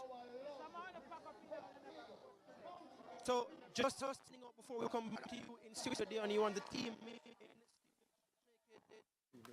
Thank you so much for that, Giovanni. And once you hear that the party leader has arrived on a compound, whether it's JLP or PNP, that means you're now standing by to hear the speech that party leader is going to be delivered, whether it's one of victory, one of concession, one of, as we heard from Mrs. Simpson Miller 1 year, well, we don't know what's going on yet, so we'll wait and see if you have a very close election. So we're waiting to hear, and of course, when it is Mr. Golding as well as Mr. Holness, when they're ready to speak, we'll be going to them. Daniel was saying a little bit earlier on, when we heard mention of it in that interview, this concept of the popular vote and what it means. And let me see. So Daniel, let me ask you to start off. So the popular vote in itself means what? Nothing, as you say, in the context of our voting. Definition. Definition. The number of persons who come out in support of a particular party. That's basically. So we have, if you look at the votes, you will see the number of persons who came out to support the PNP as opposed to the number of persons who came out to support the JLP. In how our system of governance work, where we vote, the fact that the PNP or the PNP will have a high popular vote doesn't necessarily mean they'll win the election. Because, and that's what you're seeing here now. Because we go division by division or constituency by constituency. And in how we govern ourselves, you'll appreciate that some constituencies smaller and some are larger. So some will get more votes and some will get less votes. I think there's a deciding factor in the last election in St. Thomas, if my memory serves me right, where they decided who was going to be. There was a tie, and therefore the popular vote, in fact, informed who now. Which was what Mr. Kelly was explaining when he said, if there's a tie in the KCC, what will happen is that the person who has the presiding vote, the casting vote, that's the presiding officer for the area, they will look at the popular vote. So it's not the personal vote that they will be casting. They're going to be casting a vote based on the popular vote. And that will be what they call a tiebreaker in the constituencies which we have as being tied. And on that note, let's go back to electoral office, because Jovan Keys, in fact, does have the popular vote for the Kingston and St. Andrew Municipal Corporation. Go ahead, Jovan. Thank you. Thank you so much, Dion. So earlier we pointed out that there was a stalemate as it relates to looking at the seats. So we had in Kingston, particularly 3 and 3 for JLP and PNP respectively, 17 and 17 in St. Andrew. But when we look at the popular vote, which will be the determining factor, we see where the People's National Party has 64,930, so that's 64,930, which puts them in the lead.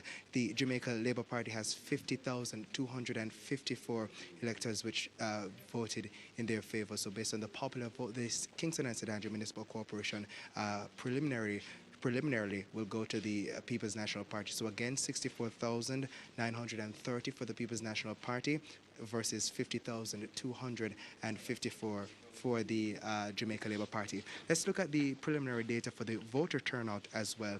As it is now, I'm looking on the board and we're still seeing 97.5% of the 6,726 boxes being counted, already counted that is, which means that we have 6,556 boxes complete. But with that data coming in still, the preliminary assessment shows that voter turnout stands at 29.6%, so 29.6% the preliminary data for voter turnout. Of course, that data will likely be updated as the counting continues, and of course that's marginally lower than the last local government elections in 2016. You can go back to the mayoral race in Portmore and take us through division by division. I don't know if that's available, but last time you had given us 5 divisions. But I don't know, are we able to get the counts for each division, even where they are now? Okay, so I can say that 97.8% of the boxes have been counted. That's 312 of 19 boxes. I'm going to see if I can, I'll have to move, but if you could give me probably about a minute or so, I'll be able to go through division by division for you as it relates to the mayoral race. So 97.8% of the boxes counted, but I'll see if I can give you all those divisions in a moment. Sure. In the meantime, let's just go back to our explanation about the popular vote. Because what happens is that right now in a general election, our popular vote is, I would say, meaningless because of the fact that we no longer have equal numbers of constituencies. Listeners and viewers may remember there was one year where there was a lot of concern that would have ended up with a tie vote. That's the year we had, was it 32, 33, 30, what was it? It was 60 at the time, so yeah, 60. 29, 31 or so. It was so close. It was very close. Yes. And having seen the disaster that happened in Trinidad and Tobago, sorry my TNT friends, when they had a tie and the difficulty they had getting their parliament up, electing a speaker and everything, there was a lot of concern here. We now have 63, so the popular vote will not come into play in a general election. It does still come into play in the local government elections. As we've seen, it looks like Clarendon again, looks like KSAMC. If they have equal numbers of divisions, one, as was being explained in that earlier interview, the mayor will be chosen from the party that had the popular vote, that is the most number of votes overall. The deputy mayor would come from the other party. So we'll see what happens in those particular divisions. And Jovan is saying 97.8% of the votes now in for the mayor of Portmore. So at this point, we should be able to get a pretty good picture of what is happening. Go ahead, Jovan, back with you now. Thank you so much, Dion. So I'll seek to go through all the divisions as quickly as possible. So as I said, 97.8% of the boxes counted. That's 312 of the 319 boxes, and that timestamp is at 10:31. So the Gregory Park division has Markland Edwards in the lead with 1,482 versus Leon Thomas 1,083. The independent candidate had 21 votes, and that's 33 of 34 boxes counted. Let's look at another division. We have Waterford with the PNP's Leon Thomas leading, getting 63% of the votes, 1,421 versus 806 for Markland Edwards and 11 votes for Howard Hamilton. As we head to another division, Portmore Pines, 1,122 votes, 50 percent there going to Markland Edwards, 57 votes for Howard Hamilton, and Leon Thomas has 1,047 votes. That's 47% of the total votes in the Portmore Pines division. As we pull up Independent City, that has the Jamaica Labour Party leading. Markland Edwards has 954 votes versus 857 for Leon Thomas. 19 of 19 boxes counted, so that's 100%. As we bring up Westchester, this one only has 18 of 24 boxes counted, only 75% of those boxes counted so far. 713 votes for Markland Edwards, as Leon Thomas leads with 920 votes, or 56%. 22 votes going to Howard Hamilton. Edgewater, 28 of 28 boxes counted. This one preliminarily declared for Leon Thomas. 1,316 votes for him, with the Markland Edwards getting 877. So again, 28 of 28 boxes counted. As we bring up another division for you, Greater Portmore. Greater Portmore North, 25 of 25 boxes, 1,131, or 55% for Leon Thomas, and Markland Edwards gets 904 votes, 44%. And I think that is it for the 12. I just want to make sure that we've gone through. But we have Greater Portmore North, 25 of 25 boxes, 1,131 versus 904 for Markland Edwards. So the PNP getting that one, 21 votes for Howard Hamilton. And that looks just about it. I think I lost count there, but we have 12 divisions there affixed to Portmore, and that's the data we have coming in. So 97.8% of the boxes counted, 312 of 319. That's what that amounts to. 1034 is the timestamp on that, and that's the data we have coming in at this time. Thank you so much, Key. It's very helpful there. And somebody is going to be doing the maths on that, viewers and listeners. So as soon as we do get that, we will be bringing it to you. And give you a little bit of a better picture, though. The voter turnout is, I imagine, there's significant disappointment in the parties because the effort on the road that we saw, the numbers. Yes. I saw someone in my make a lot of noise. I said, brother, that a crowd. Rent a crowd. That crowd, you must count when the votes in at the box. True. And that comes down to canvassing, and that comes down to a road game on the day. When I got up this morning and I saw the movements, I knew it was going to be low. I had a sense it was going to be low. I didn't see the kind of hustle with the runners. That's right. Because you can know when the runners, they're coming into comment, they pack up the car and they're gone and so forth. And when I went to several places, I walked around in the constituency that I live. I don't vote there anymore. I vote in Portmore, but I live in a new constituency. I didn't see those kinds of crowds. So insofar as them making it a referendum election, it didn't turn out that way, which means, in my mind, more people are being turned off because with all of this effort and all of the big wigs came out, you know. Yeah. Everybody came out, punching. And we are below, in fact, this turnout, if it's less than 30, because let me give you the numbers quickly. In 2016, 30%. In 2012, 34.7%. In 2007, 38%. 2003, 40%. 1998, 34%. 1990, 56%. 1986, 65%. So this is going to be among the lowest of the local government election turnout since 1986. Okay, and on that note, we'll be back in a few minutes. Let's take a quick break. We'll soon come. Take control of your daily read. Download the eGleaner app today. The Gleaner wants you to unfold our pages.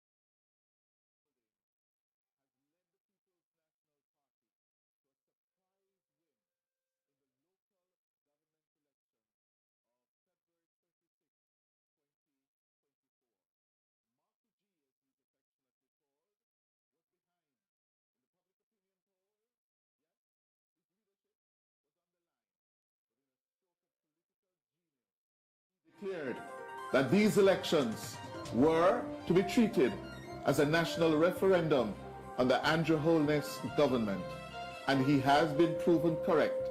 Tonight, he is cementing his hold on the leadership of the People's National Party. In a closely fought and won election, he has taken the PNP from 98 of the 228 divisions, and we are projecting that he is running ahead virtually of the PNP in terms of the electoral division count, ahead in terms of the popular vote count, and he has made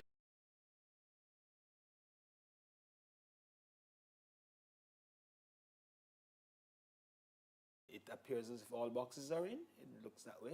Yeah. Okay. So that's Gordon, 1,364, 69% of the vote. 30 of 34, I'm being told. 30 of, oh yes, I'm terrible. It's 30 of 34. Okay, next one.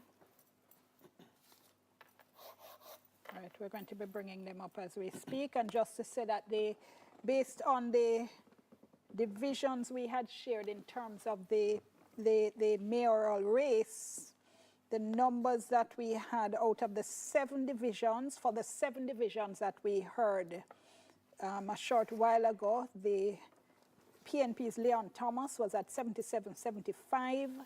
The JLP's Markland Edwards was at 68.58, and the independent candidate Howard Hamilton was at 132. Yes, sir. More results. Portmore North, 30 boxes out of 36 counted. Gary Nicholson from the PNP, 1,877, 68% of the votes so far. And Dr. Level, JLP, 898, 32%, 30 boxes of 36 counted.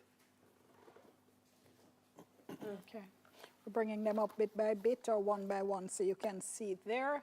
And we just want to remind our listeners and our viewers that we are also standing by to go to the various the 2 party headquarters. St. Catherine Southeastern, Kennard Grant, so that's Bridgeport. That looks like Bridgeport, I think, yes, in St. Catherine, Bridgeport. Kennard Grant, PNP 651, 59% so far. Dwayne Eubanks, or is it Eubanks? Eubanks, 446 votes. Only 11 of 18 boxes counted so far. Okay, we're going straight now to PNP headquarters. Shown that the People's National Party, having not won a general election since 2011 or a local since 2012, we have shown that we have the capacity to deliver, to execute, and to achieve victory. And my heart is full because the PNP has come back as a strong, powerful force in this land again for the masses of the people and all Jamaica.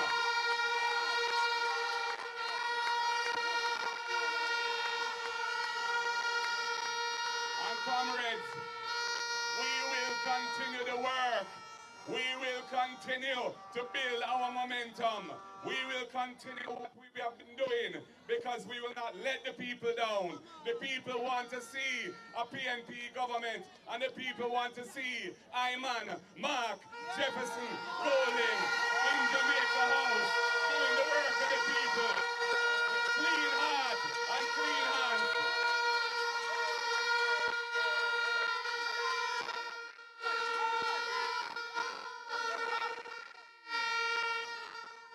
Comrades, we can go forward with confidence. We have pulled off a great victory today. The people have spoken. The PNP is alive and well and strong. I want to dedicate this victory to Sister P, Mama P, on the anniversary of her ascendance to the leadership of the People's National Party in 2006.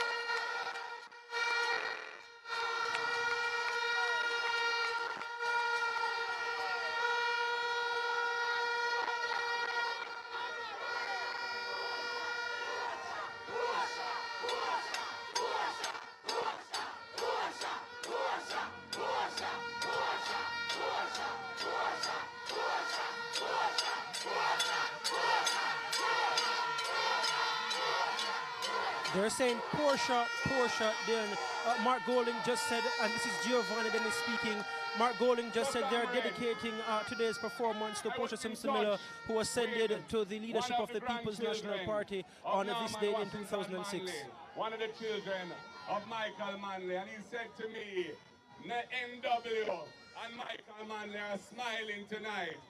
And I want to say, the next PNP government will govern in the true spirit of the People's National Party as founded by the Right Excellent Norman Washington Manley and as created into a vibrant, massive force by his son, Joshua Michael Manley.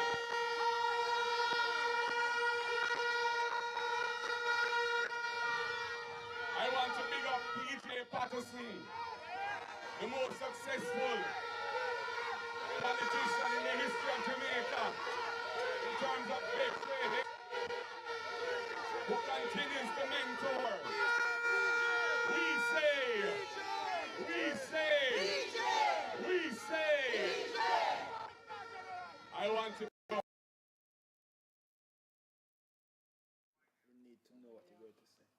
Okay, so you're listening there to Mark Golding, the PNP leader, and he said the PNP has shown they have the capacity to execute, to achieve victory. He said they would continue working to build momentum, and he called the night's results a rare victory. Let me go around the table, comments on what we've heard. Clive Mullins, let me start with you. I'm not sure that the leader of the PNP should have given that particular speech about victory. I think it's rather early days yet. You have to look very carefully at the count in terms of the parish council or the municipal councils. I know that they were focused a lot on what was happening in Papine and elsewhere, and clearly in terms of the popular vote, but that doesn't necessarily translate into a victory. I think it may be somewhat premature at this point in time. Maybe it's caught up in the flow of what is happening and the euphoria, but maybe it may be a bit misplaced right now.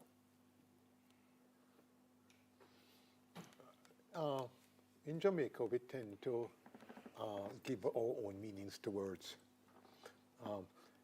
I don't know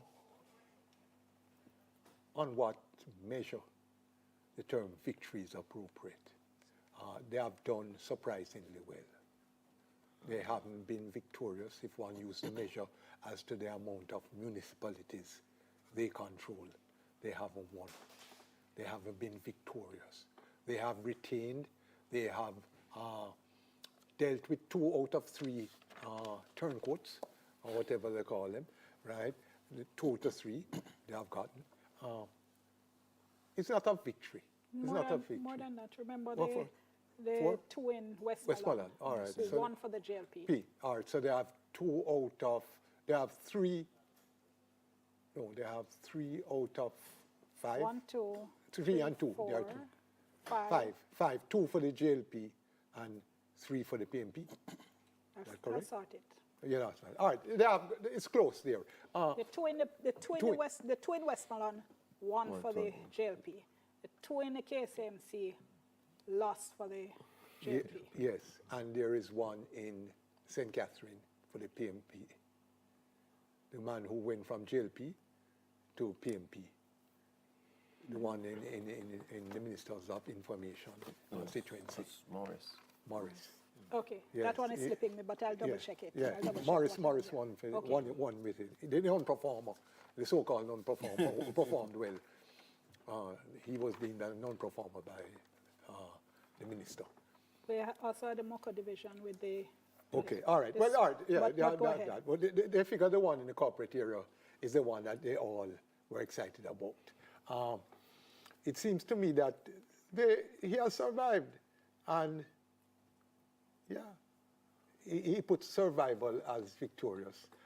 Maybe he means tending towards being victorious in the national central government election. Is attendance. He's saying we're on a victorious track.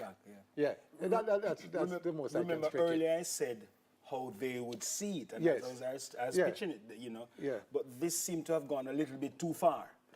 On the latest count, the JLP was leading and/or declared 7 parishes in terms of control of the municipal authority. The PNP, if we were to include Portmore, would be at 5. So that's 7 and 5 is 12, so we have 2 left. Yeah. So I'm not so sure if he's using victory in an appropriate sense, because you will not control, based on the numbers here so far they hold, the JLP will control most of the municipal Hold on, I'm authorities. going to interrupt you. Going back to PNP headquarters, Giovanni Dennis is with Mark Golding. Go ahead, Giovanni. All right, thank you so much, Dion. So you may see the camera shaking a bit because it's very crowded here. Lots of other media houses trying to get a quick word from Mr. Golding one-on-one. Mr. Golding, you said just now while addressing the party supporters that this is the beginning of the end of the JLP. Why do you say that? You know, we are coming from where we were in 2020, where we were badly beaten. And today we've pulled off a victory into the popular vote, which we have won, that we control.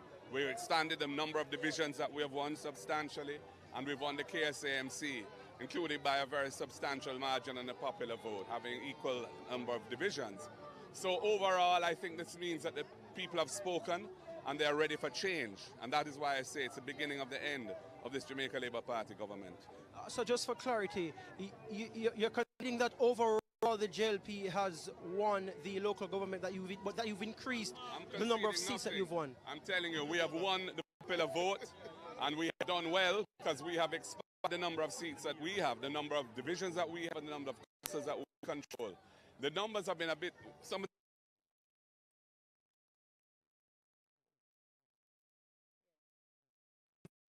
Okay. All right. Well, you know, our panelists were saying just before we went to listen to Mr. Golding, why was he claiming victory? And we heard him explain there. He is basing it, he's saying, on the popular vote. He's basing it on an expansion of the number of actual divisions won.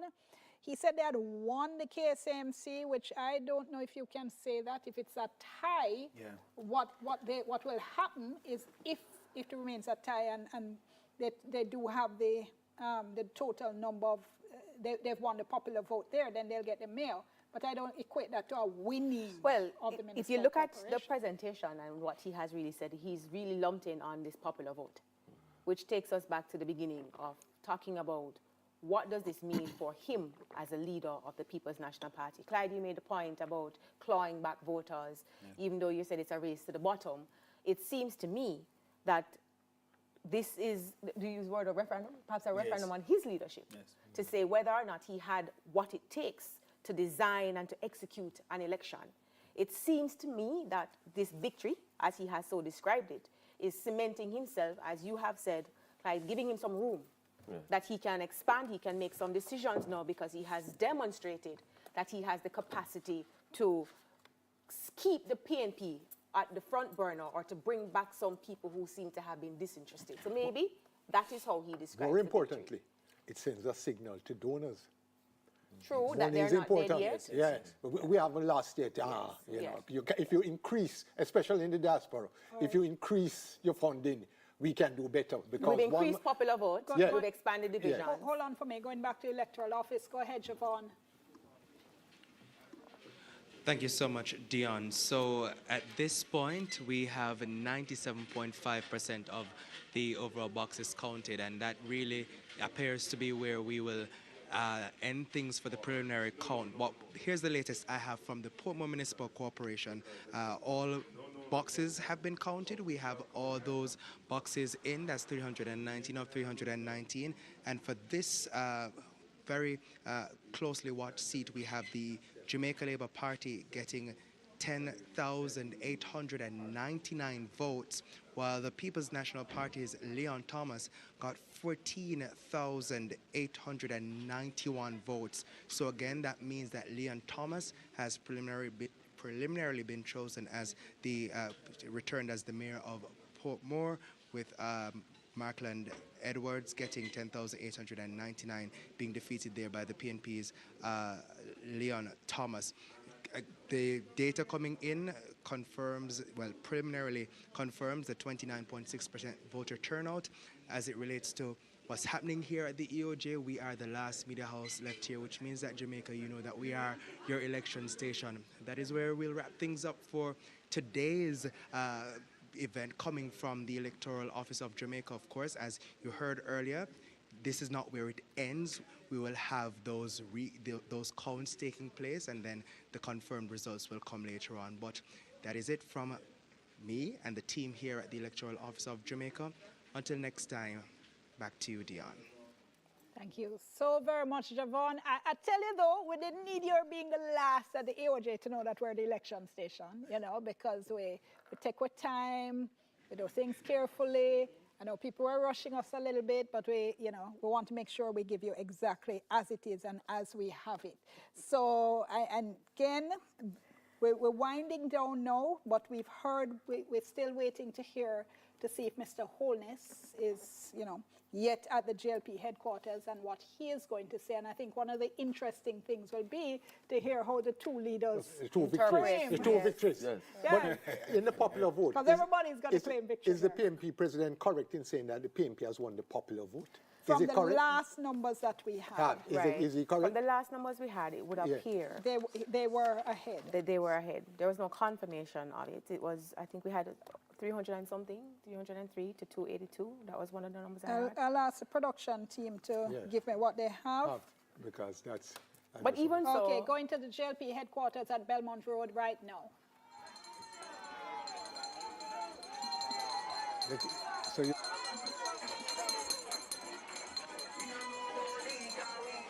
PM, are we going to be able to have a quick word with you this evening? Yes, of course, of course. Press conference? When him done. He say yes, of course, so let's see. There, in fact, a live shot. So that was the Prime Minister having just arrived at the JLP headquarters on Belmont Road. We saw him there heading in, no doubt, to talk to his inner circle and to, get ready to come out now and address his supporters. And if you're looking there at the screen, you will see a markedly different picture than we saw earlier on when it was a very dark and lonely looking car park with Andrea Chisholm standing all by herself. So you can see clearly the supporters feel that, there's been a change in their circumstances, change in the difference, and we're seeing them coming out and express that. So we're waiting to hear from the Prime Minister now. And we're saying there before. I wouldn't draw that conclusion. What?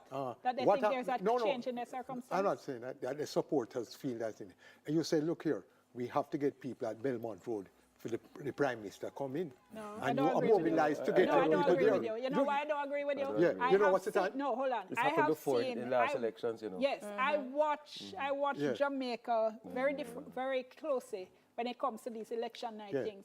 You see how in the States, you will have a whole ballroom gathered of people waiting to hear from their losing candidate. Jamaica not play that. If you lose, you're on your own. Yeah. No, the point I'm saying is that crowd you see there has been engineered. The Prime Minister's coming. To you, at 11 o'clock. At 11 o'clock, no, hold on, let me give you one Jamaicans not example. leaving them yard to come to your place. No, I know it's politics. Do you remember the first time Mr. Holness ran? As led the Jamaica Labour Party. 2011. Yes, 2011, 49 days or something after he had been sworn in, and he lost. And I must say, Desmond Mackenzie and Sharon Hay Webster won with him at Belmont Road. But interestingly, there was no crowd engineer. Interestingly, beyond the last general election, this happened, I remember distinctly. We sat here, and there was a crowd at Overwood, and hardly anybody. And then later on, it actually shifted. It really did. Because people watching and people going to come are watching out, and they're listening, and they are listening to hear what is and trying to see what is happening. You're right. One of the things that makes me, I'm curious. This is the interpretation of victory, because if you look at the numbers, you would say that the JLP they've not been destroyed. Nobody has come out to say, we don't trust you, we're not voting for you, it's a vote against you. Nobody has lost. So in the scheme of things, they too would have something to celebrate. Because leading up, you would have heard, it's a referendum on leadership. You're looking at the issues that have dogged the different members of the party. Will this have an impact? And it clearly did not. But you remember when we started the poll and making the point about the seat count in the last election, and therefore how much they can claw back. I don't think that they have done that sufficiently well for him to even, in relation to the popular vote, to say victory. This is who? PNP? The PNP, right. So I think he's trying to maximize a bounce tonight. On himself. On himself. And his to ensure leadership. he can and to stave off anything going forward. But if you look at the numbers and where we're tending, in terms of the incumbent. Correct. It is not the in all other circumstances, you did not destroy the incumbent. You have, and I guess what people want to know and what people want to understand is, if you didn't lose, why so downtrodden? Why was there not so much excitement? What is it thinking? Is there something that has occurred that has deflated you?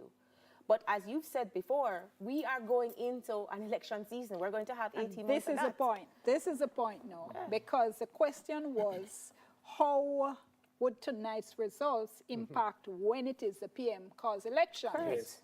You know, is he going to now say, okay, you know, something I can call it this year, I've done well enough, or is he going to look at the popular vote now and say, you know, something, let me give it a little bit more time. But remember, the popular vote, what does the popular vote say in a national election? Remember, we're having this discussion. We are, but again, remember the turnout in local government doesn't tell you what's going to be the turnout for the general. You know, so we're using it then as a bellwether, as an indicator as to what could possibly be the result in different areas. Well, I'd say the most significant indicator would be how many divisions you have won in each constituency. Point. Those are the numbers that you're going to need to look at. Plus, in relation to the point you just made, we did a vox pop that we aired, I think it was last week on All Angles, and one of the members of the public were asking, are you going to vote? One man said, look, the election here now change government. Me now come out of my yard and vote unless my vote change government. So people look at the general election with a different mindset. This is now they think going to make a significant difference. So if that is so, then we can look at the speech that was made by Golding and say, who is he addressing? Is he saying to the PNP that stayed home that, look, there is a popular vote or a support that is supporting us, the PNP, and so you need to look at us because we can elevate, we can carry out an election? Or is it that he is, like you said, putting himself up as a leader now who is defining his moment? But you didn't expect me to come out and say he lost. No, well, we don't expect that. None of them is going to come out and say that. Expect it a little bit more measured.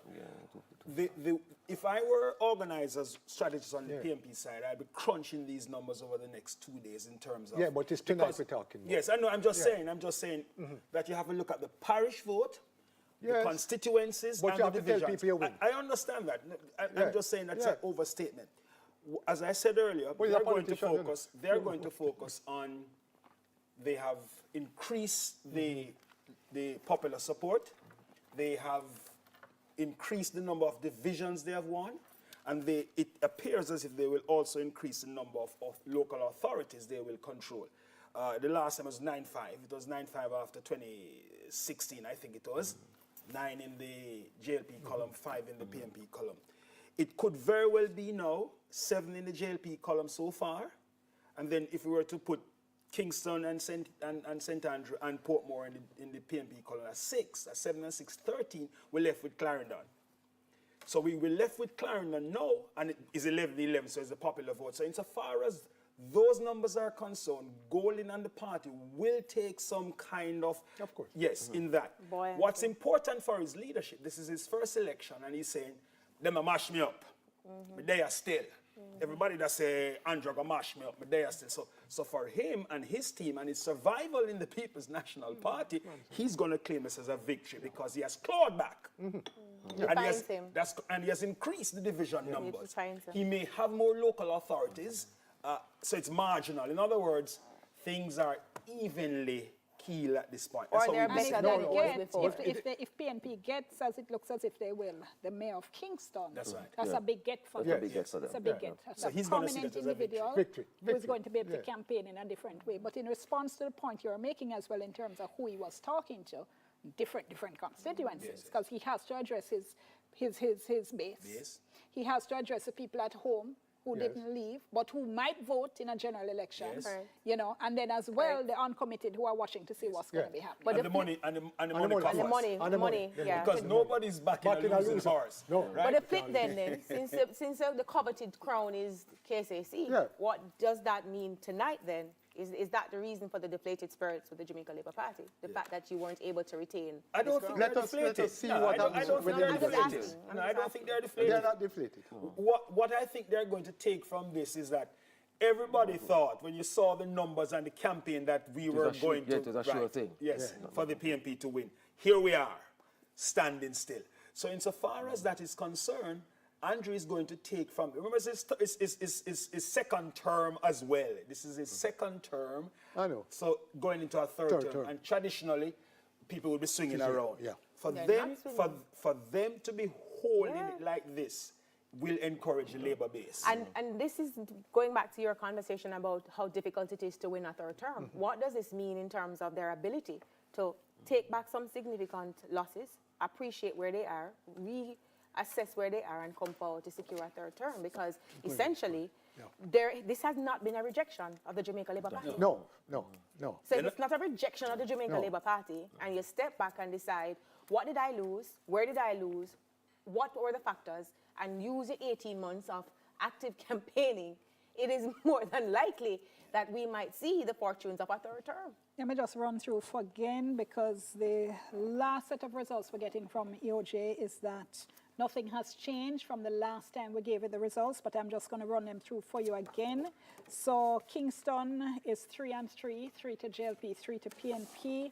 St. Andrew is 17 and 17. So in other words, Kingston and St. Andrew Municipal Corporation, right now it's 2020, the EOJ is telling us. St. Thomas is 5 to JLP and 4 to PNP. So that's one division. We're not sure what is happening there.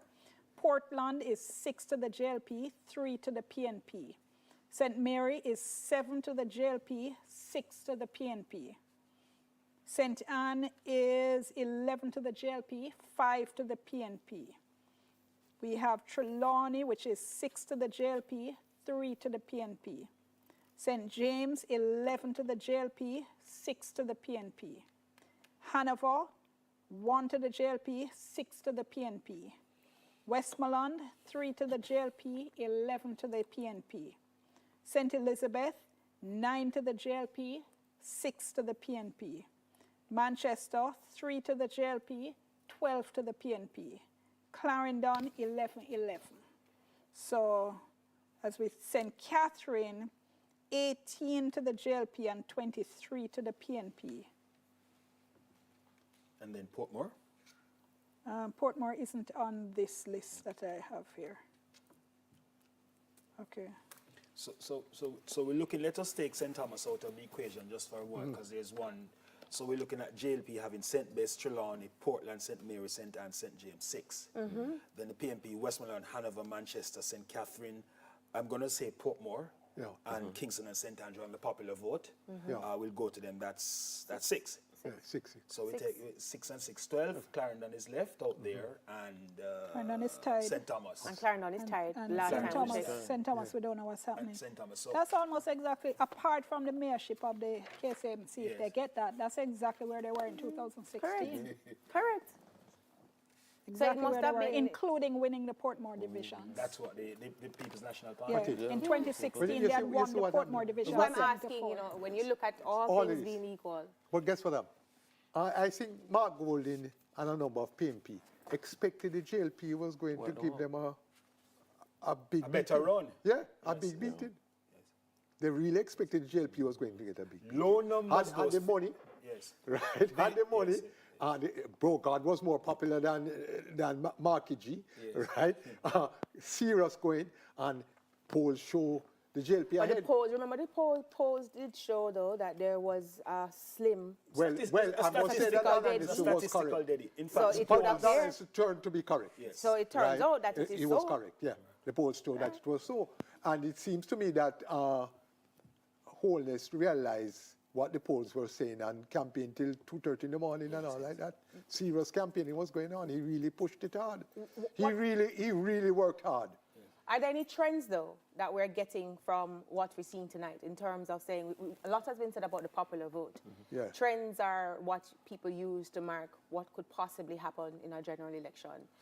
If you're looking at the outplay tonight? Are there any trends? Is a popular vote? Because most of us never hear about popular vote before. This is perhaps the first time now popular vote is becoming so popular.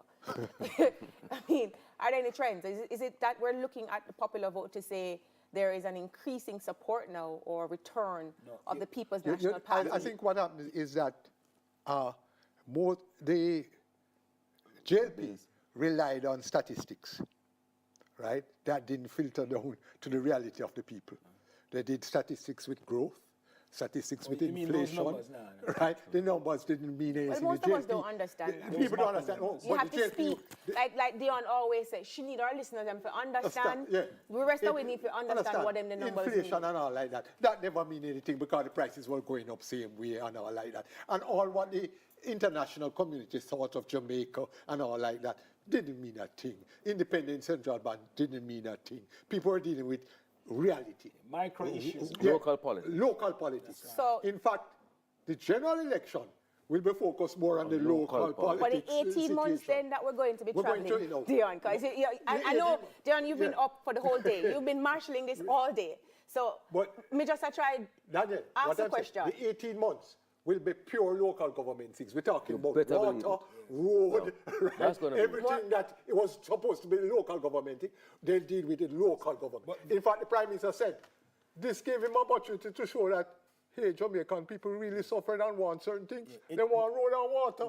No, I thought that anybody that lived in Jamaica wouldn't know say Jamaicans want road and water. I mean, they never take an election. You go around and say that Jamaicans want road. You're so blinkingly busy with your international community and your statistics and your inflation rate and all like that. And your threshold and all like that. Jamaican people want at least, you know. The fact of the matter is... I want to finish. Oh, sorry. I want to finish. It's not one donkey the people want called prosperity for the road situation, you know. Because if I was in the opposition, I make sure that donkey no live no longer. I mean, prosperity right there that way. Because I don't know what happened to that donkey. But the people want road and water at least. And then hear me, you have to deal with the health system. If you give the people those local conditions and patch the roads, they don't care if it's councillor going to patch it. They don't care if it's MP going to patch it. They don't ask who fixed the road. They say government must fix the road. We can't do it. I want to put in a little caution here. I don't think we should be saying 18 months necessarily because the PMP clearly is gaining ground.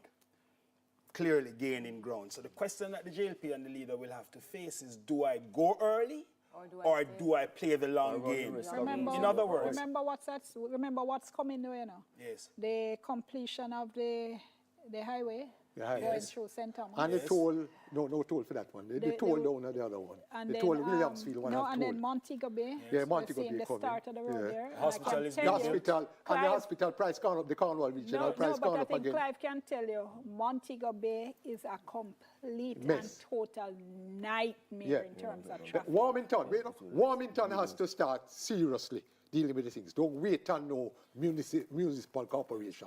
Warmington has to make sure some roads fixed, some bridges built, right? And so you would pay, if you're in the shoes, sorry, you pay the long game. One second. No. The reason why the PNP, not the PNP, the division that we were speaking about in St. Thomas, apparently is Landue, and apparently there is a tie. Mar of the PNP won by 10 votes the last time, and we're hearing now that there's a tie this time. So what that means, just to remind our viewers and our listeners, what is happening tonight is called the preliminary vote, right? For most divisions, the preliminary vote will not, what should I say, there won't be a significant difference when you have the final vote, the final count that will be done usually starts tomorrow. Yes. Usually finish, say in a day or two.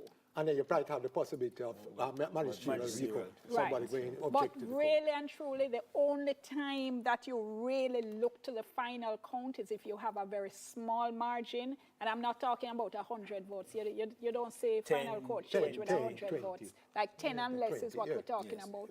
So that's the point at which, so we can see this happening for Landue. I can tell you from now, every single ballot is going to be scrutinized now. Yes. You know, so there's going to be a final count, and it's undoubtedly going to go to magisterial recount. Yes. And then you will have the spoiled ballots examined for whether or not the voter intention was for one side or the other. And Lawyers come into play. Lawyers get our money. Lawyers get our money. Lawyers get our money. Plague on all their houses. Lawyers get our money. I have done several of those comments. Lawyers get our money. Did you just call lawyers play? Yes.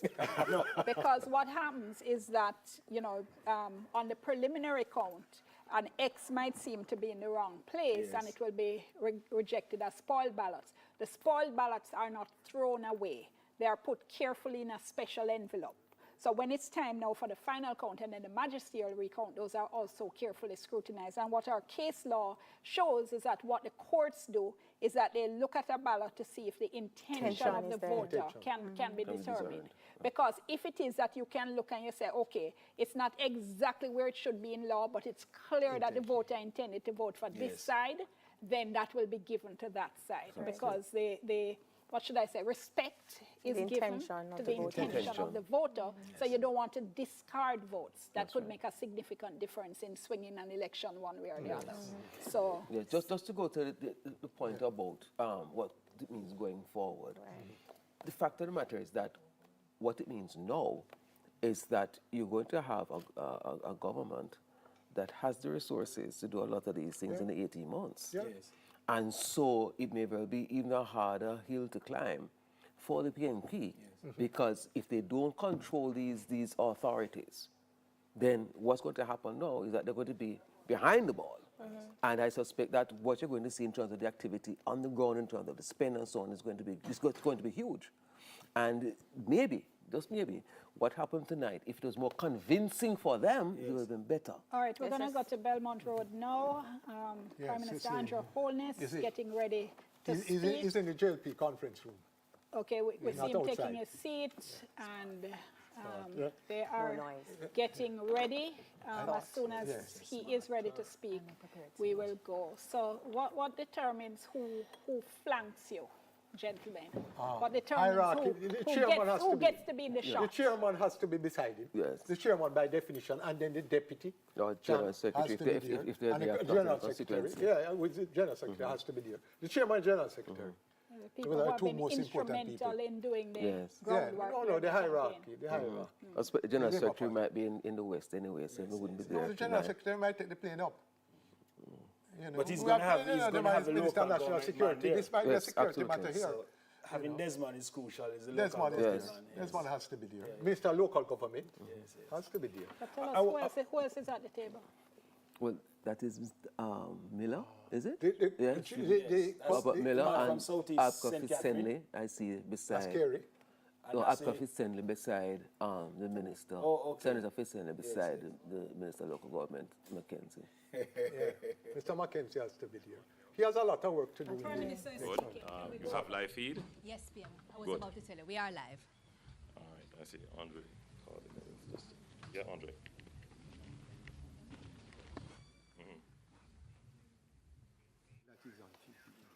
All right, well, Prime Minister asked if he was live and then had to take a phone call, so... You know, this is the contrast. I like to see how people, the visuals. So the JLP leader is in a quiet environment to deliver his press conference, and it appears as if he has some notes to speak from, right? As distinct from the PNP leader in a noisy environment, no notes to speak on, just kind of... He didn't use patois. I don't understand. Yes, I understand. Okay, you're pointing out this distinction in presentation. Very, very important in terms of one is a lot more staid and delivering from what appears to be some staid and controlled. That's correct. Prepared. Another leader just talking, ad-libbing, just going on and so forth. So end up using words like victory and so forth and so on. And this is the difference between those two organizations. No, hold on. You're making it sound as if Mr. Golding said victory without thinking. And no. Clearly, everything he said was deliberate, even though he was ad-libbing, as you said. I understand that, but remember that it comes over now for persons to interrogate it. And when you begin to interrogate, they're saying, what do you mean? No, but that's us saying that. No, I accept that. Remember that but he has defended it. Remember that I was the one who had said earlier that more than likely this is what they're going to present. Interestingly, so on X, I see the same person's asking the question, why is he saying victory? Yes, so it's two perspectives.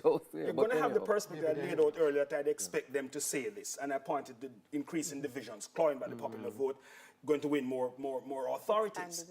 But then you have the other side now who's going to look the perspective, the independent person to interrogate and say, but well, I suppose what you're highlighting then is the strategy of the appearance, the presentation. And it's got his bones from the euphoria. As a speaker, you can't help but ask yourself, how do you maximize that? And I suppose that's really what you're doing. Now 11:21. What a time to have a press conference. But we waited until we got the latest results from the Electoral Office of Jamaica. What we can say to the nation is that the Jamaica Labour Party retains 7 municipal corporations with a clear lead. The PNP has 4, and there are 2 that are reported to be tied. So, without question, the Jamaica Labour Party has won the municipal elections, without question.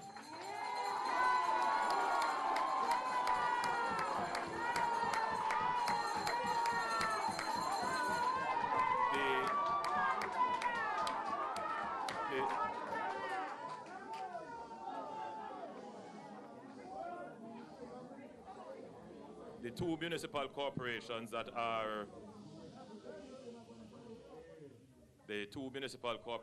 that are tied, we should have some definitive results on those in a few days, possibly by Wednesday. But as you know, with these elections, as it was in 2016, they go through recounts, and where there are very close margins, there is the potential for change. So right now, the most definitive results that we can say is that the Jamaica Labour Party holds 7 municipal corporations, which is the majority of the corporations. The ties are the KCAC and, at this point, Clarendon. And as I said, those will probably go through magisterial recounts. How do you interpret this? How do you interpret this? Well, if we look at what existed before, the PNP retained Clarendon, retained Westmoreland, which they had, Hanover, Manchester, and St. Catherine. The Jamaica Labour Party retained all that it had, which was Trelawney, St. Mary, St. Anne, St. James, St. Elizabeth, St. Thomas, and Portland. So, how do you interpret this? Clearly, the people of Jamaica maintains confidence in the government of the Jamaica Labour Party.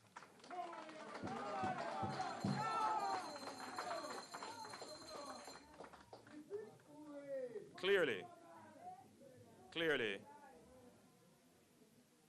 if this were a general election, the Jamaica Labour Party would still be the government of Jamaica, which is the which is the result. So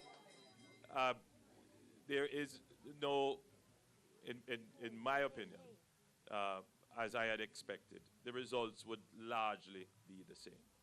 Now, there are, however, issues that have come up in the campaign, which the government has been seized of and recognizes. And I think the people have, in their wisdom, found a way to communicate these issues through the ballot to the government. The government cannot ignore this. As we went around the country, every member of parliament, every councillor contesting the election would have come up on the issues of roads and water. These are not issues that are that originate with the Jamaica Labour Party. These have been long-standing issues that the people of Jamaica have been suffering. But we note that people's expectations have risen. I made the observation that there are more cars in Jamaica now than ever before. Almost 150,000 or more cars have been imported into Jamaica since 2016. And the level of housing construction has increased, and therefore people are expecting these conveniences and utilities to be readily available. Other pain points, such as garbage collection, more buses for public transportation, these are all issues that affect people in their households and in local ways. And the government is sensitive to this, recognizes that this has been an impact on the poll, but it is clearly not to the point where the public feels that the Jamaica Labour Party has not done anything about it. So we see this poll as an expression of frustration, and the government interprets this as we need to step up the pace at which we deliver benefits. I think without question, the country sees that we have managed the economy well, and we continue to be the political party that has the best capabilities and competencies to deliver the results that they need. So I want to therefore congratulate all the councillors who have won, both in the JLP and in the PNP. I want to thank the voters who participated in the election. As I said earlier, this is a victory for Jamaica's democracy. It shows that our institutions are strong. And I thoroughly enjoyed the campaign, and I was very happy to have the opportunity once again to go out and do what I like to do, which is to meet my people, interact with them, and explain to them what the direction is. I know that there are those who will try to contort the results into a victory. In no calculus is 7-4 a victory. None whatsoever for the opposition. None. So I know that there are those who will try to contort it. And at the end of the day, things largely remain the same as it is in terms of what the results showed in 2016. The KSAC was very close. Clarendon, again, very close. But we will take this election results and interpret it honestly and do what is necessary to continue to maintain and grow the support of the Jamaican public. So once again, I thank the Jamaican voters who participated and congratulate all the councillors who have won. Thank you so much. PM.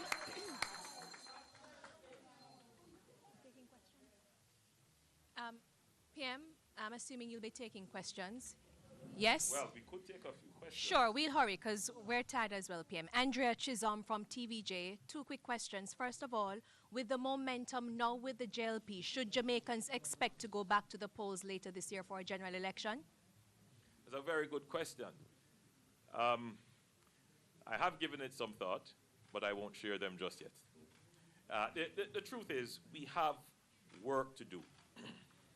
And we have to be careful about election fatigue.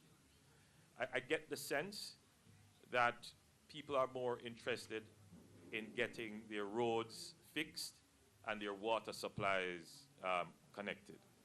And for the months remaining to the constitutional due date, I can assure you that the government will be working very hard to have those 2 top items dealt with. You know, if you allow me to just make, when we did our survey of issues of concern, coming out of 2020 and 2016, you will notice that we always had roads and water, but the top concerns would have been crime, unemployment, economic growth, stability of the dollar. None of those have come up. where we are now, and a clear message from the people of Jamaica, they say you are the political party that has the ability and the competence to generate the resources to treat with these two main problems which we have been suffering for 50 years. Get it done. We hear you. We knew this was the issue, and we're going to work very hard. We have announced the Spark program. We did that last year, and that is budgeted and ready to go. We will have a similar program for water, which we will announce shortly. And PM, I remember, since you're on the Spark program, opposition MP Julian Robinson had raised concerns about the terms of reference for consultations in Parliament. Have those issues been addressed? I'm not sure what the concerns were. I was very clear that the consultations would include both MPs and councillors. There was an attempt, again, to misdirect and mislead that the allocations are only for MPs. This allocation is being done quite differently from other allocations. There is an allocation to the constituency, which will include a significant consultative process, and therefore MPs and councillors will have to work together with the community of interest to come to the priorities of roads that will be repaired. Bearing in mind the allocations that we are making could not fix every road all at once. It's physically not possible, administratively not possible, and therefore we have to select priorities, get them done within a short period of time, and then go to another cycle. What our economy has given us is the certainty, if we continue to manage the economy as we have, that you could have constant allocations of this level or greater to address the issues of roads. And believe me, I will say, I traveled on the roads during the campaign, and you know, it's justified. People are justified in local communities in particular, in being upset about the state of their roads and water. And finally, from me, before I yield to my other colleagues, Prime Minister, the Auditor General has issued a report talking about 22-point disclaimers for municipal corporations who can't afford to, who can't account for billions of dollars that were either allocated to them or being spent. What is the plan to improve accountability in the municipal corporations? I might invite the Minister of Finance to speak generally on the Auditor General statement. That falls under the Minister of Finance's portfolio. But the other part of your question, before I invite the Minister of Finance, I have said before on the platforms as I campaign that I too believe that there needs to be greater attention to accountability of our municipal corporations and how they work. Some persons have sought to roll this up into some form of local government reform, which suggests that local government has a special form of reform. The truth is that local government is an administrative arm of government like any other administrative arm of government. They fall under the PBMA and the other regulations of government, and greater attention and enforcement is needed to ensure accountability in this regard. So I will ask the Minister to just jump in here quickly. Thank you, Prime Minister. Andrea, just would want to say that it is this government that has provided Auditor General with the funds to engage in audits of municipal corporations which were backed up for several years. So a few years ago, we took a look at it and realized that, wait a minute, the Auditor General is required to produce audited statements of municipal corporations' activities, but that duty was not undertaken for a very, very long time, meaning the last audit was over a long period of time ago. I can't remember whether it's a decade or 9 years. In the 90s. A long time ago. This administration looked at it and said, this is a problem for public trust. This is a problem for accountability. And we engaged with the Auditor General and provided resources. I believe the resources were about $300 million for a project to be undertaken to look at all of the entities, of which municipal corporations are a part, is broader than that, where there is a backlog of audits. And it is through that project that we are able to, the Auditor General is able now to make progress on that backlog. Now, what you're going to find as that happens is that issues that have to do with periods before the current period are going to arise. Yeah? So when the reports come out, initially the reports won't be for this year or for last year, but it will be starting when the backlog would have occurred. Do you understand what I'm saying? But the way in which I think it ought to be interpreted is that the government is committed to ensuring that there is accountability across all entities, including municipal corporations, by funding the Auditor General to ensure that what has been the norm in Jamaica for a long time, that we've gone years without audits, that no longer continues. That is a sign of our commitment. Yeah. So the idea that local government needs a special reform, local government needs to be treated like another entity of central government and face all the administrative and regulatory procedures and made to comply with them, which is what the Minister of Finance has just said. The fact that you are getting reports that preceded even our term should be carefully interpreted, that much of what you're seeing is not as a result of our term of government, but we are the government that would have put in place the measures to start the accountability. And just for the listeners who might be hearing the exchange and not understanding the period of time we're talking about, the reports to which you referred went back to 2006 all the way up to 2013 or thereabouts. So it's not for the current period, it's for a period in the past, but it's this government that has provided the funds for that work to be produced. I think I should also say that I'm happy for this election because it does give me an opportunity to take a very serious look at how our local governments work, how the municipal corporations work. Because as I go around the country, there is a call for more funding. When you talk to people in local government, it appears to be that the solution is more money. And what I'm picking up from people is that, yes, they want to see more resources, but they also want more service. They want more interaction. They want to see their councillors. They want to be able to lay their complaints. They want more leadership in community issues. And therefore, the role of the councillor, which has just been reduced to a kind of transactional agent, that has to be rethought.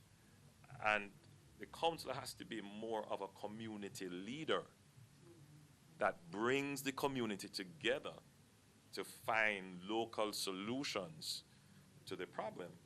And not just local service problems, but what do we want our community to be?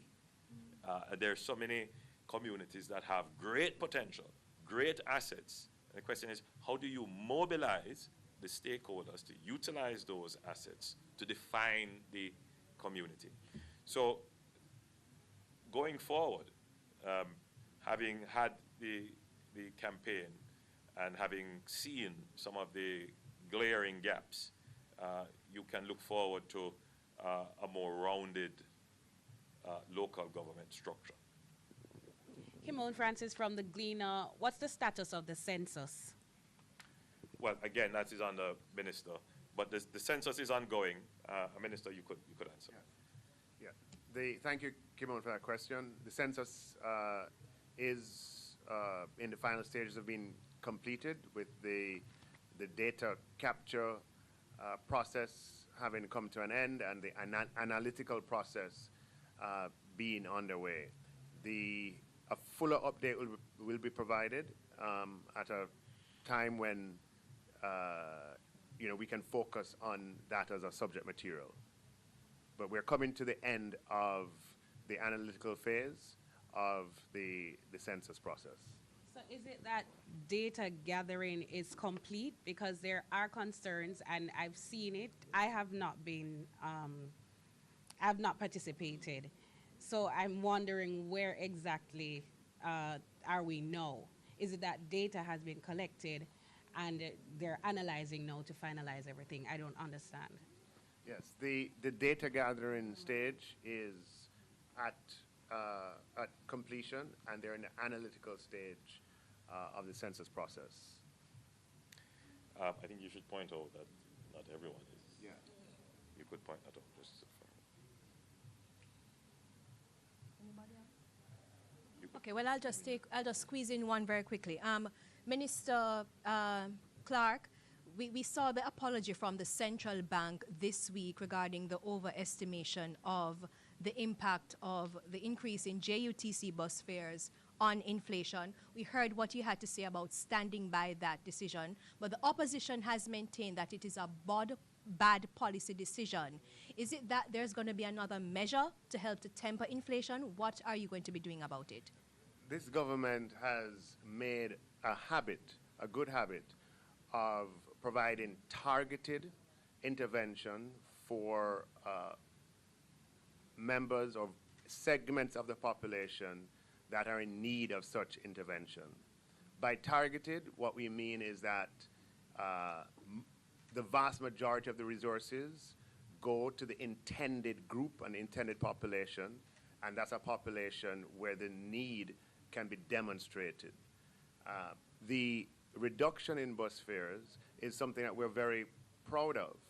There are approximately 30 to 40,000 persons on an annual basis who, well, 30 to 40,000 persons who take the JUTC, and largely these are persons who are not on major incomes, and we're happy that they're able to benefit from a reduction in the fares at the JUTC from $100 to $70, and come April 1st, from $100 in December to $50, half price fare. And we think that for persons on small incomes, for persons on minimum wage, this is a material difference in costs, so much so that the JUTC has seen an upsurge in usage as a result of the lower fees. It would have been happier if the impact on inflation would have been greater, but the impact on human lives is significant. Persons who are making, as I said, minimum wage, this is a major part of their income. But Minister of Finance, as I reflect on your statement, and I reflect on the opposition spokesman's statement, I recall him being a great proponent of the government taking almost $40 billion of the budget to give grants and to just give away.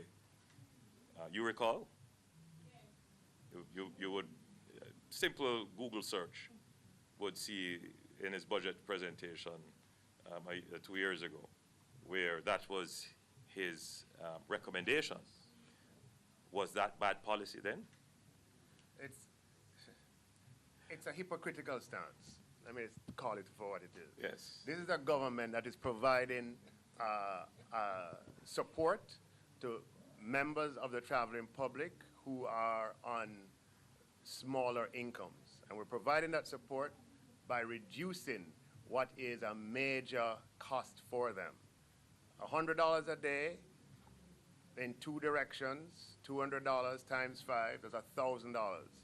If you're making $13,000 a week, what we have done is to say, instead of taking $1,000 to pay for your bus fare, you pay $500. Everywhere in the world, that is good policy. We are supporting vulnerable Jamaicans. The opposition is hypocritical. This is a government that believes in supporting vulnerable members of the population. They're hypocritical in their stance, and all Jamaica can see that. Finally now from me, really finally, will you be removing the hedge tax on fuel? That is a narrative framing that is incorrect. There's no hedge tax on fuel. The hedge on fuel. There's no hedge on fuel, Andrea. You've bought into a false narrative. Finally, from me, the income tax threshold. Anything definitive now on that? There is a threshold, though. There is a threshold. There ain't no hedge tax, but there is a threshold. Yes. So, look, this is the government that has presided over an unprecedented period in Jamaica's history of no new taxes every single year for 6 consecutive years. This is the government that has reduced taxes. One, by increasing the threshold back in 2017, and also by reducing GCT and reducing and abolishing a number of taxes. This is the government that believes in a policy position of ensuring that people are in charge of their own resources and we trust them to spend it wisely. It is this government's position to revise the income tax threshold upwards whenever the opportunity presents itself. Let me say this, you will not have to, you won't need to wait on any other government for that to happen. Exactly. This government will address the income tax threshold. I think you should. You have to fix all the roads. Okay. Had to calm down, everybody, because, you know, lots of discussion taking place. All right. So we're just going to do a very quick recap of the results at this point. We are also going to get just a very final comment from each of our guests in relation to the Prime Minister's speech. Let me first, though, correct myself. A couple of my listeners have very kindly pointed out to me that when I was explaining to you what happens in a close election, that I was confusing rejected ballots with spoiled ballots. Spoiled ballots, JW, thank you, Sean, thank you, they're telling me are deemed spoiled at the point at which the ballot is marked. Those are not at any point reintroduced into the vote. It's the ballots that are deemed rejected that will later be re-examined and a decision made on them. So again, thank you so much to my awesome viewers and listeners always coming in.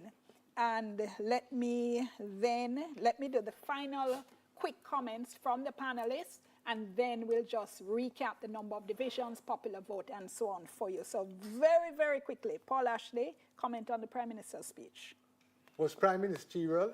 Is the first for my many years in observing politics I've heard a leader of a particular party that has won an election congratulate all members who have been successful.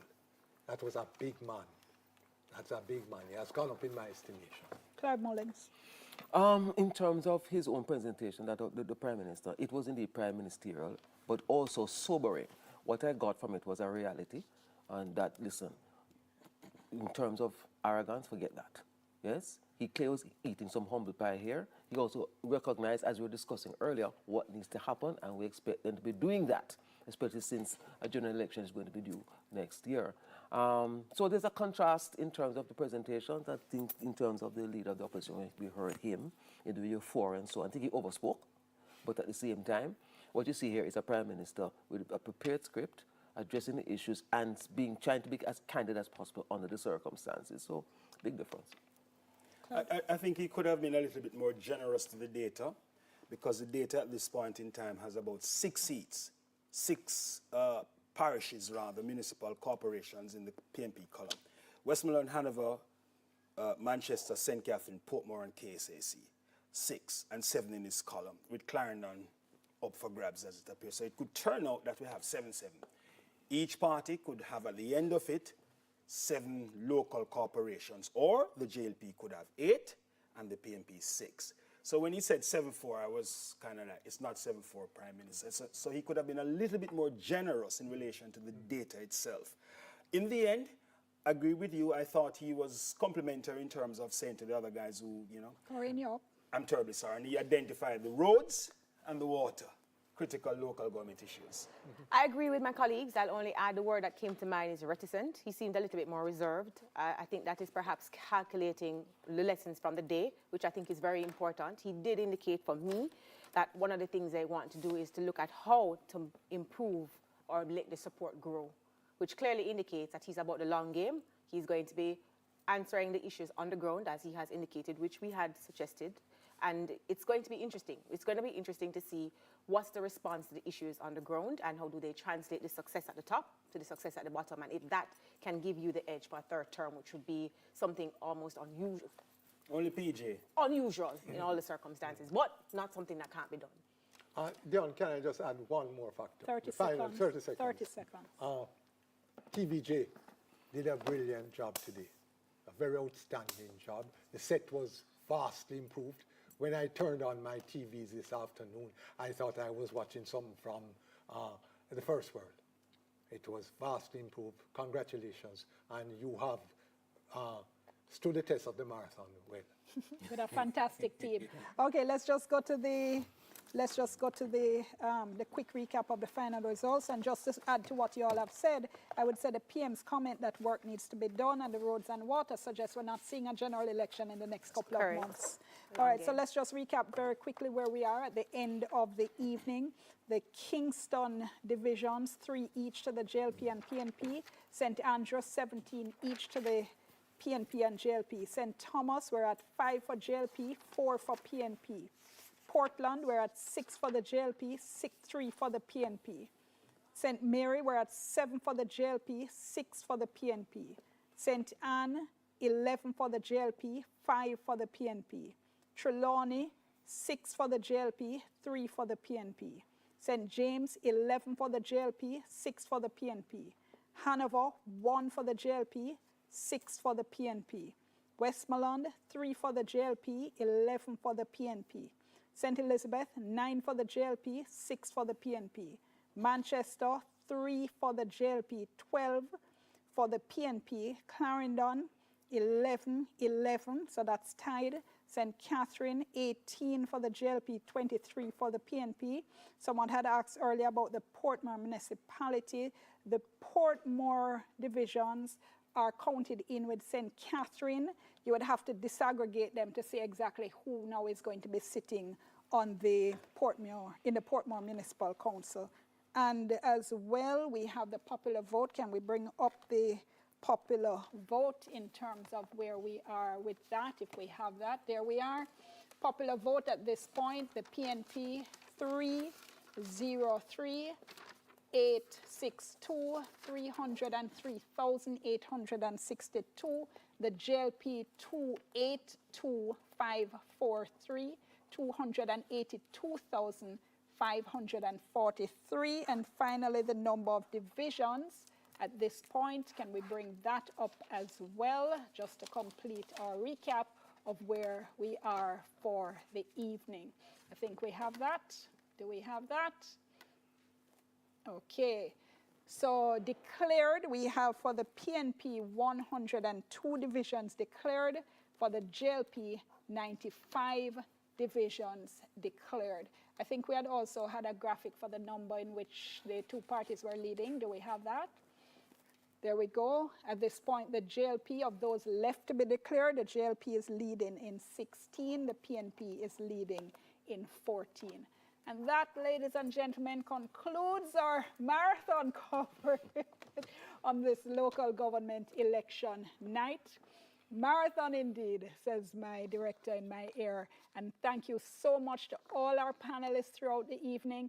Thank you so much to our wonderful news and production teams. Thanks as always to you for watching wherever you have been on, let me see if I can remember all of them, on TVJ, listening on Radio Jamaica, watching throughout the Caribbean on Carib Vision, on our YouTube channels on IG as well. I think I got everything there. It's been a pleasure having you all with us. Do continue to stay with us as we continue our coverage of this local government election. Still some issues to be decided. I'm Dion Jackson on behalf of the entire team signing off. Enjoy the rest of your evening, unless you're going straight to bed. Give thanks, everybody.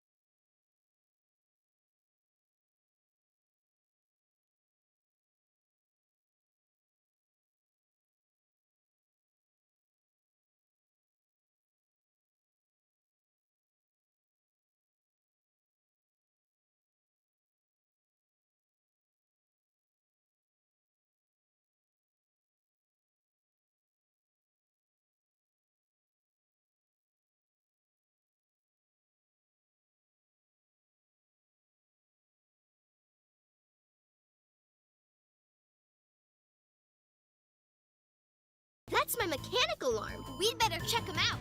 Click on the first alarm to answer it. Great job! Look out! Hey, let us out of here! Sorry, can't stop. I've got an ice treasure to get to. Snow Log Blaze!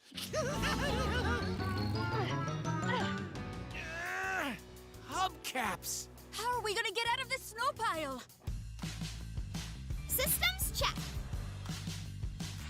What tool can Gabby use to get out of the snow pile? A wedge or a banana? Right! Gabby can use a wedge to get out of the snow pile. Come on, let's give it a try! Help us break apart this snow with our wedge. Say 1, 2, 3, wedge! 1, 2, 3, wedge!